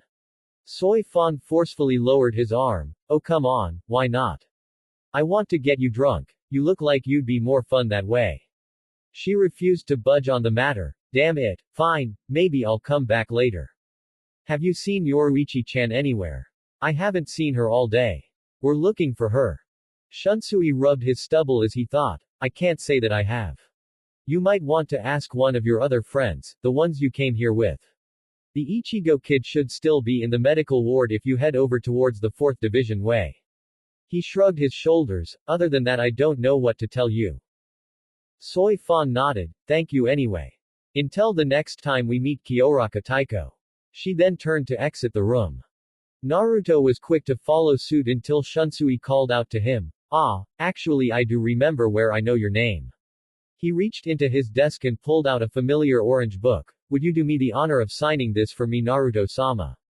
I'm sorry, but I had to hide it from my lieutenant and Soi Fon Taiko." Naruto looked around the corners outside for Soi Fon before grinning and pulling out a pen. "Of course. Good to see that I have Shinigami fans. We should hang out sometime. XXX. 4th Division Headquarters. So what was it you were doing talking with Kyoraka Taiko back there?" Soi Fon asked him as they both walked through the halls of the medical-based squad. "You had a satisfied look on your face when you caught up to me." Naruto had a knowing grin on his face. "Oh, nothing. I just have more fans of my writing skills than I could have ever imagined. I wonder how much money I have in the Soul Society now compared to the money from the living world. I need to check my account soon." Soi Fon gave him a look of skepticism. "You write. And you actually make money from it. That's a shocker. Think what you want to. My bank account should tell you all you need to know when the time comes." Naruto replied rather dismissively, "Ah, the hospital. Much to my surprise and utter delight, I actually avoided a prolonged stay in here this time. I didn't touch a single shred of hospital fabric whatsoever," he said, rather proud of that fact. However, Soi Fon failed to see the magnitude of that achievement. "Whatever you say, Uzumaki. Now help me find the Kurosaki brat," Soi Fon said sternly. "Fine," Naruto said. "I'm going to get a smile out of you before the day is over, and I don't mean a smirk like when I get hurt, no, I mean an actual honest smile. Ichigo." Soi Fon turned to him almost fearfully if he didn't know any better. "Quiet, you idiot, don't be so loud in here," she hissed in a whisper. "You don't want to upset her." Naruto looked at the leader of the Onmitsukido as if she were someone completely foreign to him. "You sound shaken up. I stuck you to a giant ball of random debris and threw you at a barrier and you didn't seem as shaken up as you are right now. And upset who? Everyone in this division seems totally chill." Naruto cupped his hands to his mouth again. "Ichigo. Oi, where are you at, you punk?" he yelled, getting a cringe out of Soi Fon at his tone. "I'm glad you like the atmosphere of our division so much, Uzumaki-san," the calming voice of Unohana Retsu said as she appeared behind Naruto and Soi Fon, sending a shiver down the spine of one and putting a smile on the face of the other. "However, I would appreciate it if you took Soi Fon Taiko's advice and toned it down while you were here. We have people recovering from their injuries here." Naruto turned around to face Unohana and met her beautiful smile with his own. "Sorry, Retsu-chan. We were just looking for Ichigo, and I kind of knew that making a ruckus would bring you around here. Let's just say I wanted to say hi without the chance of fireballs flying all around my head, so hello." "Hello to you, to Uzumaki-san," Unohana said, bowing slightly to him, "and as long as you keep your volume down, feel free to look around for Kurosaki-san. You were heading the right way anyway. Keep going this way to reach the medical bay, it should be easy to find him from there." Naruto nodded, committing the information to memory. "Got it. Thank you, Retsu-chan. I'll have to come back and talk to you sometime before I leave. It would be nice to be on good terms with a doctor with as much as I get beat up. Especially such a pretty one." He finished, winking at her and getting a wave for his troubles as he and Soi Fon walked away. "Must you be so incorrigible, you deviant?" Soi Fon questioned as they got a distance away from Unohana. "Honestly, Unohana Taiko is a captain of the Gote 13, and here you are throwing that hapless attitude of yours around like this. It's disrespectful." Naruto looked back at the lovely Unohana, who waved once more before going back to her own business. "I don't think it's that disrespectful because first of all I'm not a Shinigami, so your ranks don't really mean that much to me. Second of all, don't you guys get sick of people walking around you like they're tiptoeing through a minefield? You can only have a straight conversation with other captains because everyone is always kissing your ass. I'm sure she's kind of tired of it all of the time. She seemed to enjoy the way I was talking." Taking note of the fact that Naruto easily talked his way out of Unohana's tense smiling aura that usually went with someone disturbing things in her division HQ, Soi Fon almost had to concede the issue. "I see your point." Naruto nodded. "I mean, wouldn't you want at least one person in your division that isn't a yes man? From what I've seen even your lieutenant is, and he's pretty cocky most of the rest of the time, so having a guy like that fall in line is really something. A smirk came to his face. He kind of recoiled that one time when I was doing that lecture on throwing killing intent into your reiatsu, that was pretty good. He noticed a smirk form on Soi Fon's face. There you go, I'm getting you there. It looks like you have a little mischievous streak in you. I like that. Well, I haven't wanted to kill you since we left my headquarters, so I guess it is something. Soi Fon said, the look on her face softening further as she and Naruto continued, so are you sure that Kurosaki Ichigo can help us? Naruto shoved his hands in his pockets and kept walking alongside his companion for the day. Well, if I don't know where Yoruichi-chan is and you don't know, he's the only other person I can think of besides Byakuya who would know, and he's here too, so we'd have to head here and find him anyway. He grinned to the woman at his side. I'm not as dumb as I look and act all the time. Soi Fon shook her head. One inconsistency cannot make up for an entire acquaintanceship, leaning towards the contrary.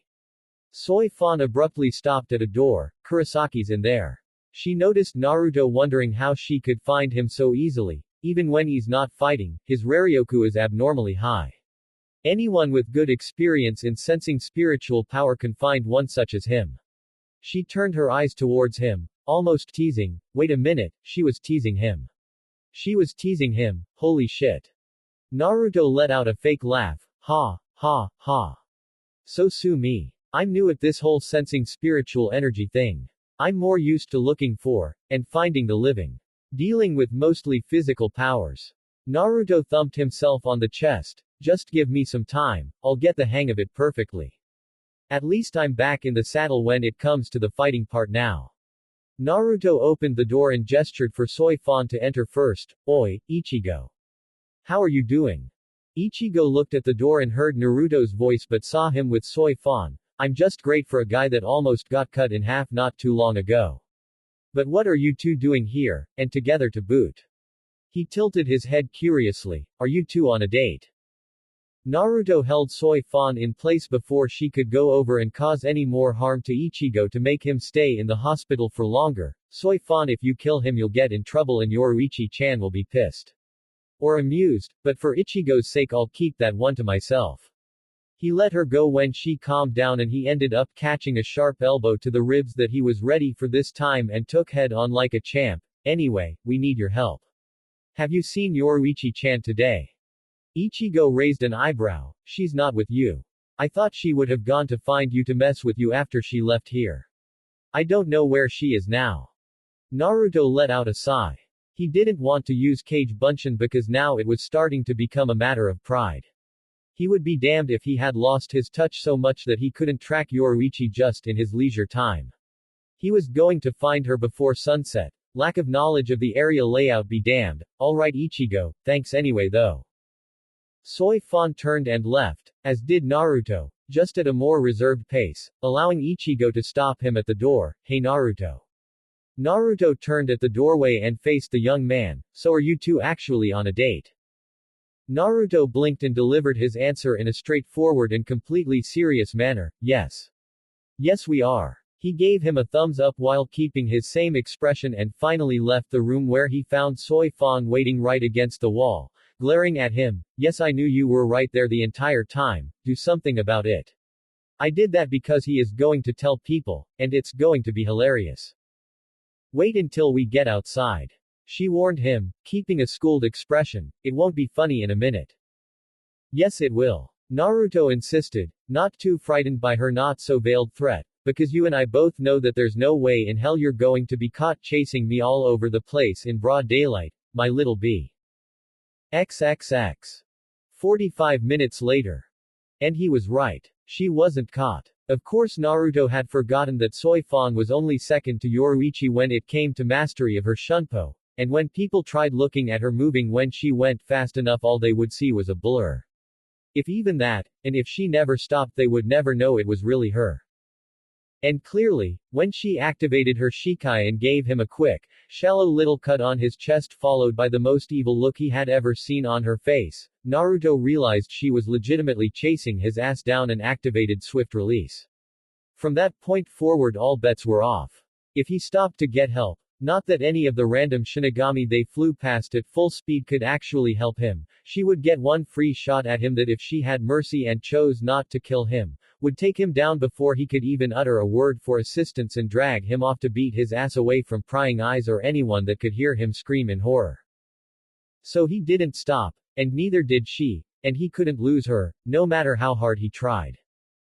No amount of cage bunshin could get her to divert her attention, as she would kill them as fast as he could make them. They would only buy him half a second at the most, and she would be right back on him. At this point he was legitimately impressed, and afraid for his life, but hadn't looked over his shoulder in over 10 minutes because she would still be there. Stop chasing me, damn it. We're running out of Seireitei here. Naruto shouted as the massive gates separating the Seireitei from the Rukongai drew closer and closer. What the hell are you going say when we rip up half of the Rukongai running all over the place? The Ryoka was getting out of hand and I had to stop him. Soi Fon answered just the way she would if the issue were to be brought before Yamamoto. It's my word against yours and I have tenure to say the least. You can't keep this up all day, Uzumaki. Naruto rolled his eyes and formed another cage bunshin to take a hit for him as Soi Fon had drawn too close once again. Are you kidding me? Did I drop you on your head when we fought or did you really forget? I'm fucking Uzumaki Naruto. At the rate this is draining chakra I'm getting back more than I'm losing over time. Soi Fon smirked as she continued to chase Naruto down. It's not like I'm losing that much energy either, Uzumaki. Eventually you'll slip up and I'll be right there. Soi Fon's speed with Shunpo consisted of covering the most amount of space with the least amount of steps. And she was the best at it besides Yoruichi.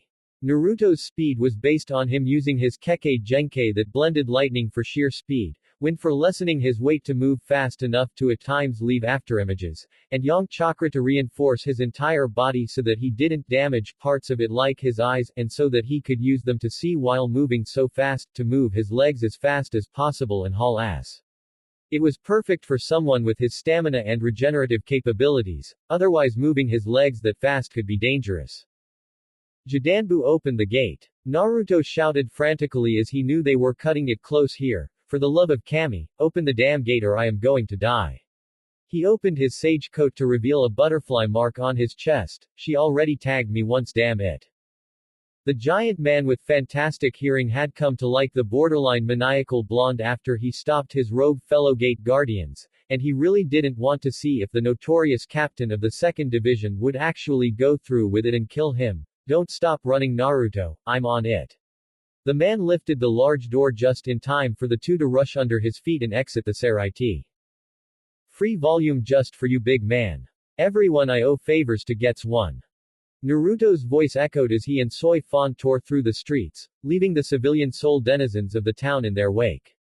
Jidanbu grinned to himself and lowered the gate. I hope it's the new sequel he hasn't published yet. I already have the first one. XXX. Shiba clan home.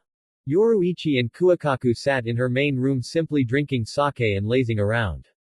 The Shiba clan head let out a sigh as she leaned back on the multiple pillows on the floor. It's been a while since we've been able to spend time like this, Yoruichi. It's nice to have you out of that cat form of yours. Hey. Yoruichi pointed her saucer at Kuwakaku in false offense. I happen to like my cat form. It's almost as cute as the real me is, don't you think so? You cannot enter the premises without permission, leave now. One of Kuwakaku's massive bodyguards shouted from outside, alerting the two women inside.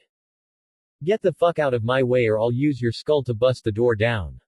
A loud crash was heard before the sound of bodies falling down the stairs. Both Yoruichi and Kuwakaku got up and looked outside the room to see Naruto standing on the two unconscious bodies of the two men at the foot of the stairs. Naruto jumped off and kicked one of them multiple times in irritation. Naruto. Yoruichi said, getting the man's attention, and stopping him from repeatedly kicking the downed servants of the clan. What the hell are you doing here? Kuwakaku looked at Naruto's feet and shrugged. At least he took his shoes off before he dropkicked my servants down the stairs. Naruto looked at Yoruichi and almost broke down in tears at the sight of her. Oh, you beautiful, beautiful, gracious, magnanimous woman. I'm so glad I wasn't wrong about you being here because this is a dead end. Why were you so hard to find? He immediately flew to her feet and wrapped himself around her legs, hugging them tightly. I thought I was dead like 8 times back there. She just kept coming. But when she stopped to fight me, all of the people around realized who I was and ran over to get my autograph. Greatest human shields ever. Yoruichi cocked an eyebrow with an amused look on her face while Kuwakaku was trying and failing to hold back her laughter at seeing the mighty warrior reduced to a blubbering heap. Alright, calm down Naruto and tell me what's wrong. Who's chasing you? I don't know why you took refuge in this strange house Uzumaki and I don't care, but your Raryoku is so panicked and wild right now I could find you halfway around the Soul Society. Naruto's head almost snapped a full 180 at the sound of the voice and he immediately jumped up and ran inside the room Kuwakaku and Yoruichi had been in. Soi Fon came downstairs with her shikai on her arm, looking around for Naruto before noticing who was there, Yoruichi-sama. Yoruichi had a sly smile on her face and pointed off to the side where Naruto had dove into to hide. He's in there. There's no way out from that room. Yoruichi-chan. Yoruichi laughed a bit. You should know better than to poke at a bee Naruto, least of all my little bee. She's got one hell of a sting. I noticed. Now for the love of Kami call her off. Seriously, if I have to fight in here we're going to tear this place apart. Oh hell no. Kuwakaku shouted, grabbing Soi Fon before she could walk into the room and try to kick Naruto's ass. You're not messing up the house I put so much effort in setting up. Do you know how long it took to set this entire house to go with this theme? Take it outside. Naruto walked out of the room now that it was reasonably safe. I'm not going out there anytime soon. Not while Soi Fon's still pissed and has her love mark on me. He looked at the mark on his chest and narrowed his eyes at the woman in question. You know, you can turn this thing off anytime you want to. I know. She replied, the cheekiness of her tone hidden by the basic delivery of the words. Kuwakaku threw her hands in the air in exasperation. Fine, if no one's leaving I'm going to get back to what I was doing before this. Getting drunk, she said as she walked back into the room. Oi, right here. Let me get some of that. Naruto said as he followed her inside. Maybe if I get drunk I'll forget about my impending doom. Yoruichi shrugged and walked inside as well, dragging Soi Fon with her. Come on Soi Fon, it's been a while since we could sit and talk like this. You should actually thank Naruto for whatever it is he did. She smirked at her. You'd still be in that office of yours right now if he hadn't. Yoruichi, get in here. This baby-faced punk says he can take me down in a drinking contest. We need a judge. Ha. I've hung out with alcoholics of all shapes and sizes for years. I'm untouchable. XXX. The next day.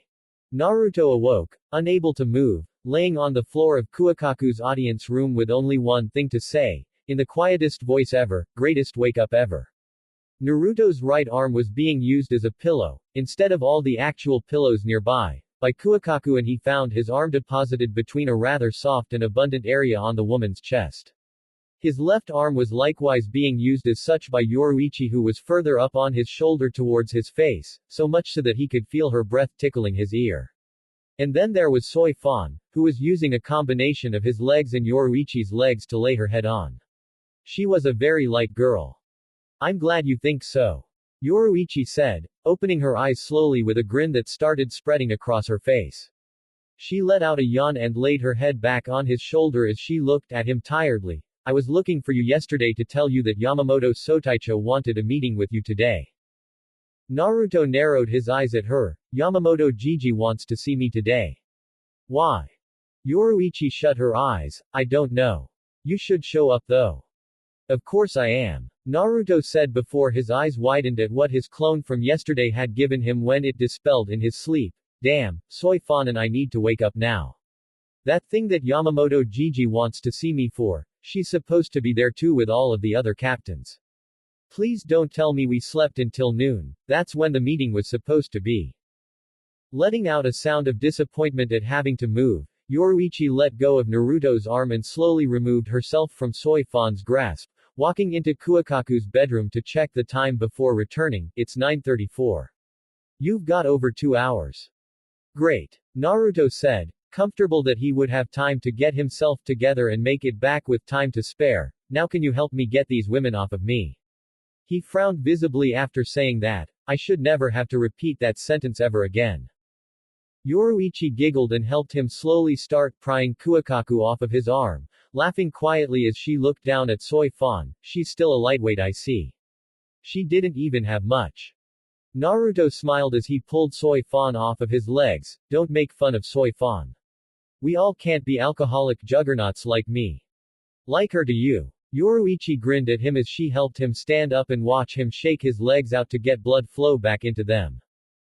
Well, yeah, Naruto said, stretching himself out lightly. Despite it being completely terrifying when she was chasing me yesterday, I'm more than a little convinced that it was just her playing.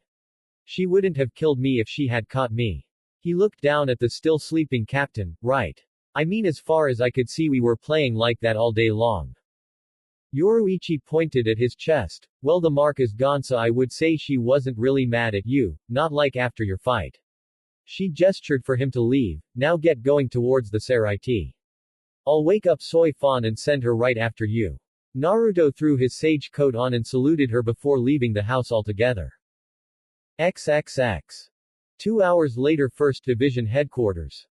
With the pace Naruto had cut in returning to the Seireitei, it hadn't take long for an awakened and freshened up Soi Fon to catch him, apparently not suffering any hangover effects or saddled with any memories of how she had slept the previous night. And thusly, the two fell into step on their way to the captain commander himself. So do you even know what this is about? The order that the clone playing you was given was really vague. Naruto asked her. No idea, Uzumaki. Soi Fon replied, just don't make yourself look foolish in there. Every captain will be there, and whatever it is you're going to be there for, you're going to want to seem somewhat dignified. Naruto gave her a strange look. What about that guy with the eye patch and spiky belled hair? Well. Or what about the weird guy with the pasty clown face and weird headgear? That's dignified. I'm not. Naruto kept cutting her off as they walked through the halls, and if you think for 1 second I'm going to go walking around acting like Byakuya, you might as well forget about it. I'll strike a happy medium. Soi Fon let out an exasperated sigh. I would kick you in the head, but we don't have time for this today. Naruto smirked. Whatever, you would need a ladder to reach anyway. Or maybe I could get down on one knee to help you. Before she could retaliate, he pointed at an open pair of double doors that represented the captain's assembly hall, saving himself from her wrath, for now anyway. As the two entered, Soi Fon fell in line with the other captains, who stood in 2 even lines as Naruto stood at the opposite end of them, facing Yamamoto, who soon began to speak. Uzumaki Naruto. First of all, I would like to thank you for cleaning the 1st Division headquarters after all of the unpleasantness was over with. He opened with a little joke that got a grin out of Naruto and a few captains. Naruto rubbed the back of his head sheepishly. No problem. After all, my clones were the ones who did it. And they were the ones that cleaned it. The sight of 50 Narutos cleaning the building brought some cheer to the rather gloomy atmosphere after Aizen's betrayal. Sorry about that. They're a little wild without being given orders. The old captain cleared his throat. Well, I have some questions to ask you, and I'm fairly certain that the others here do as well. So I'll be opening the floor for them to do so before I ask my own. Naruto nodded his agreement to the proceedings and pointed at the rather interested-looking man with the almost skeletal visage. It was actually the same man that Naruto had been referring to earlier. Kuretsuchi Mayuri, captain of the 12th Division and president of the Shinigami Research Institute. He said, introducing himself to Naruto before getting down to business with his question. For a human, you have a very strange balance in your Raryoku, among many other irregularities that normally go with your race. That is something I would like to examine at some point during your stay in the Seireitei. Naruto seemed to miss the combination of the gleam in his eyes and the fact that he really didn't ask him if he could examine him. He just said he was going to. Yeah, sure, just find me if you need me later. Me or one of my clones should be flying all over the place for another week at least. With his only real concern for showing up sated, the scientist captain stood back and allowed for another to ask a question, this time a rather large man with an eye patch and bells in his spiked hair. Are you any stronger than Ichigo? Naruto shrugged. Well, yeah. He saw an evil grin form on the man's face and wound up putting some past information together at just that moment. You're Zaraki Kenpachi, aren't you? The man nodded, never taking his eyes off of Naruto. Shit. Are there any other questions? Yamamoto asked the captains, getting no response. Well, Uzumaki-san, I have a few questions for you myself. I am aware of the age of Kurosaki Ichigo and his friends, but your own is a mystery to me. How old are you? Naruto scratched his head and thought hard. I'm not sure. I'm around 200 years older than the current calendar system, but I stopped counting until that system fell into use because it was useless to know, so I don't really know. Am I older than you? Yamamoto actually laughed at this. No, I'm still older than you. You're as old as my two pupils though it seems. And you still look so young. Naruto frowned. That's because this age was the age I was at when all of the things that wound up making me immortal fell into place. It's kind of cool though. He said with a grin, I'm apparently right at the age that separates kids from adults in this era, so I can walk both sides of the line. In my time I was just an adult, so I didn't get any privileges as a kid, ever really. He looked over at a small captain with spiky white hair. You know what I'm talking about, don't you? He got a simple roll of the eyes from the child-looking captain. Teasing Hitsugaya Taiko aside, Uzumaki-san. Yamamoto interjected, getting the meeting back on track. What certain elements combined to make you immortal? Naruto sighed. My family had a natural life force that far exceeded any other. I have the hereditary eyes of the man that had been perceived as a god by many in my time, the Rinnegan. I have a perfect synchronization with nature in the living world that keeps me healthy and my body strong, and here's the kicker, I have the most powerful entity in the history of the world trapped in my body for as long as I live. A creature known as the Jubi. Yamamoto's eyes opened slightly wider. How powerful is this creature? And how are you keeping it at bay? Naruto lifted his shirt and channeled chakra to his belly. This is just the spiritual embodiment of it. Its physical and spiritual energy, or as I would call it, chakra. An elaborate seal marking on Naruto's belly appeared and spread all along his torso. This keeps the power at bay. The physical body is trapped in the moon orbiting the earth. He heard a snicker or two. Fine. Don't believe me, I don't care. I don't even want to tell any of you this. Yukitake looked at Naruto in confusion. Then why are you doing so now? Naruto turned to him and lowered his shirt. Because now you guys know who I am and are going to try and keep tabs on me in the world of the living. You would have found out eventually, and this way at least I can explain things or answer questions you have before you start jumping to conclusions and order my extermination or something. He crossed his arms. I have a very good track record of destroying those that try destroying me. Komamura stepped forward and moved in front of Yamamoto as he perceived Naruto's words as a threat. What are you saying? What do you want with the Seireitei and the Soul Society?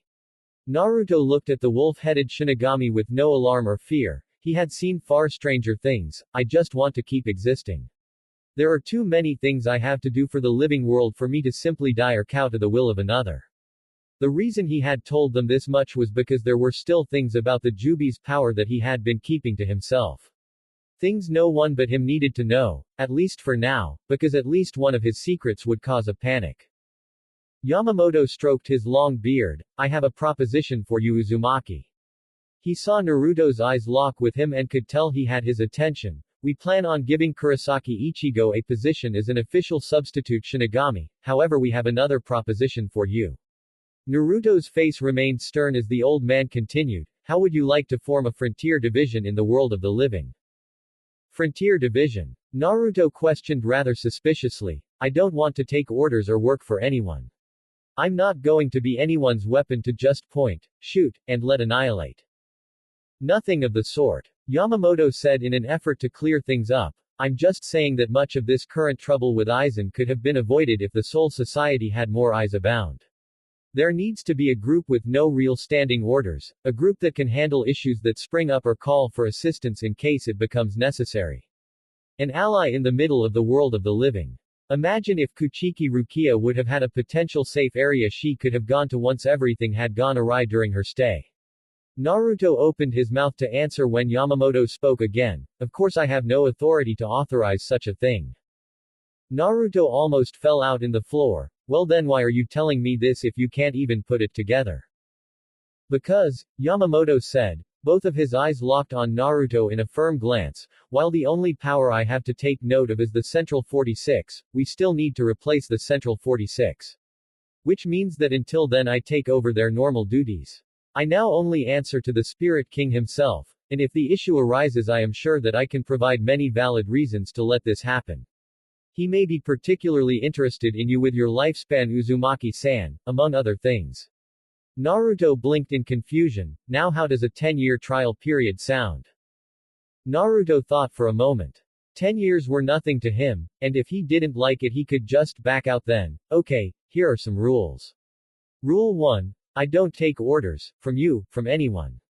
Komamura bristled and moved to berate Naruto, but Yamamoto cut him off, allowing him to continue. I will work with you, I will listen to things you have to say and we'll have a mutually beneficial relationship, but I don't work for you. Rule 2. I pick the people on this division you want me to head up. I won't be accepting your castaways or exiles or prisoners or whatever. Why do you want me to do it anyway? Yamamoto returned to his kindly-looking old man appearance. You're not going anywhere for a long time. True, Naruto admitted before continuing. Rule 3, or should I say Condition 3, you're going to tell me where that Aizen guy is. Yoruichi-chan told me he was in the hollow plane Hawako Mundo, but I mean when you pinpoint his location. I want to know. Yamamoto tapped his cane on the ground lightly. We were going to tell you anyway. You would be an invaluable ally in the coming conflict with him. Naruto nodded in satisfaction. Rule number 4. I don't really have a rule for that yet. Get back to me, but am I going to get paid for this? Yamamoto nodded and the ninja in Naruto was fully sated with the terms thus far. Then I guess for now anyway we have a deal Yamamoto Gigi. Naruto said with a grin, but in the back of his head he felt a nagging feeling that he still had absolutely no idea what he had gotten himself into. Yamamoto let out a short chortle. It seems that we do, brat. He secretly enjoyed the scowl that crossed Naruto's face at being called a brat. XXX. My name is Uzumaki Naruto. Age. I thought we went through this already, I don't know. Hometown. Anywhere I damn well please, or for right now at least, Karakura town, I think. Likes. Ramen, every Shinigami female I've seen thus far because they are all super cute, finding out exactly what the hell makes the world beyond ours tick, the buzz I get from activating Sage Mode in the Soul Society, picking on Ichigo and his friends, and everyone I can get away with it on, saying, who's your daddy, to certain people around the Soul Society because I'm older than them, the cute look on Soi Fon's face when I piss her off, the sexy smirk Yoruichi-chan gives me when she has a secret. Dislikes. I still hate waiting on ramen to cook. I still hate fresh raw vegetables. I still hate everything that I listed the last time but Spritz are slowly getting off of that list of mine, some of them in particular more than others. I'm starting to hate Yoruichi-chan's sexy smirk that she gives me whenever she has a secret, because her secrets are usually unpleasant. And I also hate old men that are still legitimately older than me calling me, brat. My name is Uzumaki Naruto and I still have no idea what the hell is going on. I know enough to smile and nod and go somewhere else to figure things out on my own or yell and bitch about it, but I've never been so grateful to be immortal as I have right now, because I think it's going to take at least a full lifetime for me to figure all of this stuff out about the world of spirits, and most of that knowledge is probably going to hurt me to learn. Oh well, a sage is supposed to be a wise man, a man of the world at one with all of nature and existence. I bet I'm further along on that than any other so-called sage before me. I might not ever be as famous as the Raikudo Sennin of my time, but I'll damn sure have a tighter relationship with the afterlife, believe it. God damn it. I swear to Kami I am going to fix that no matter how many years it takes.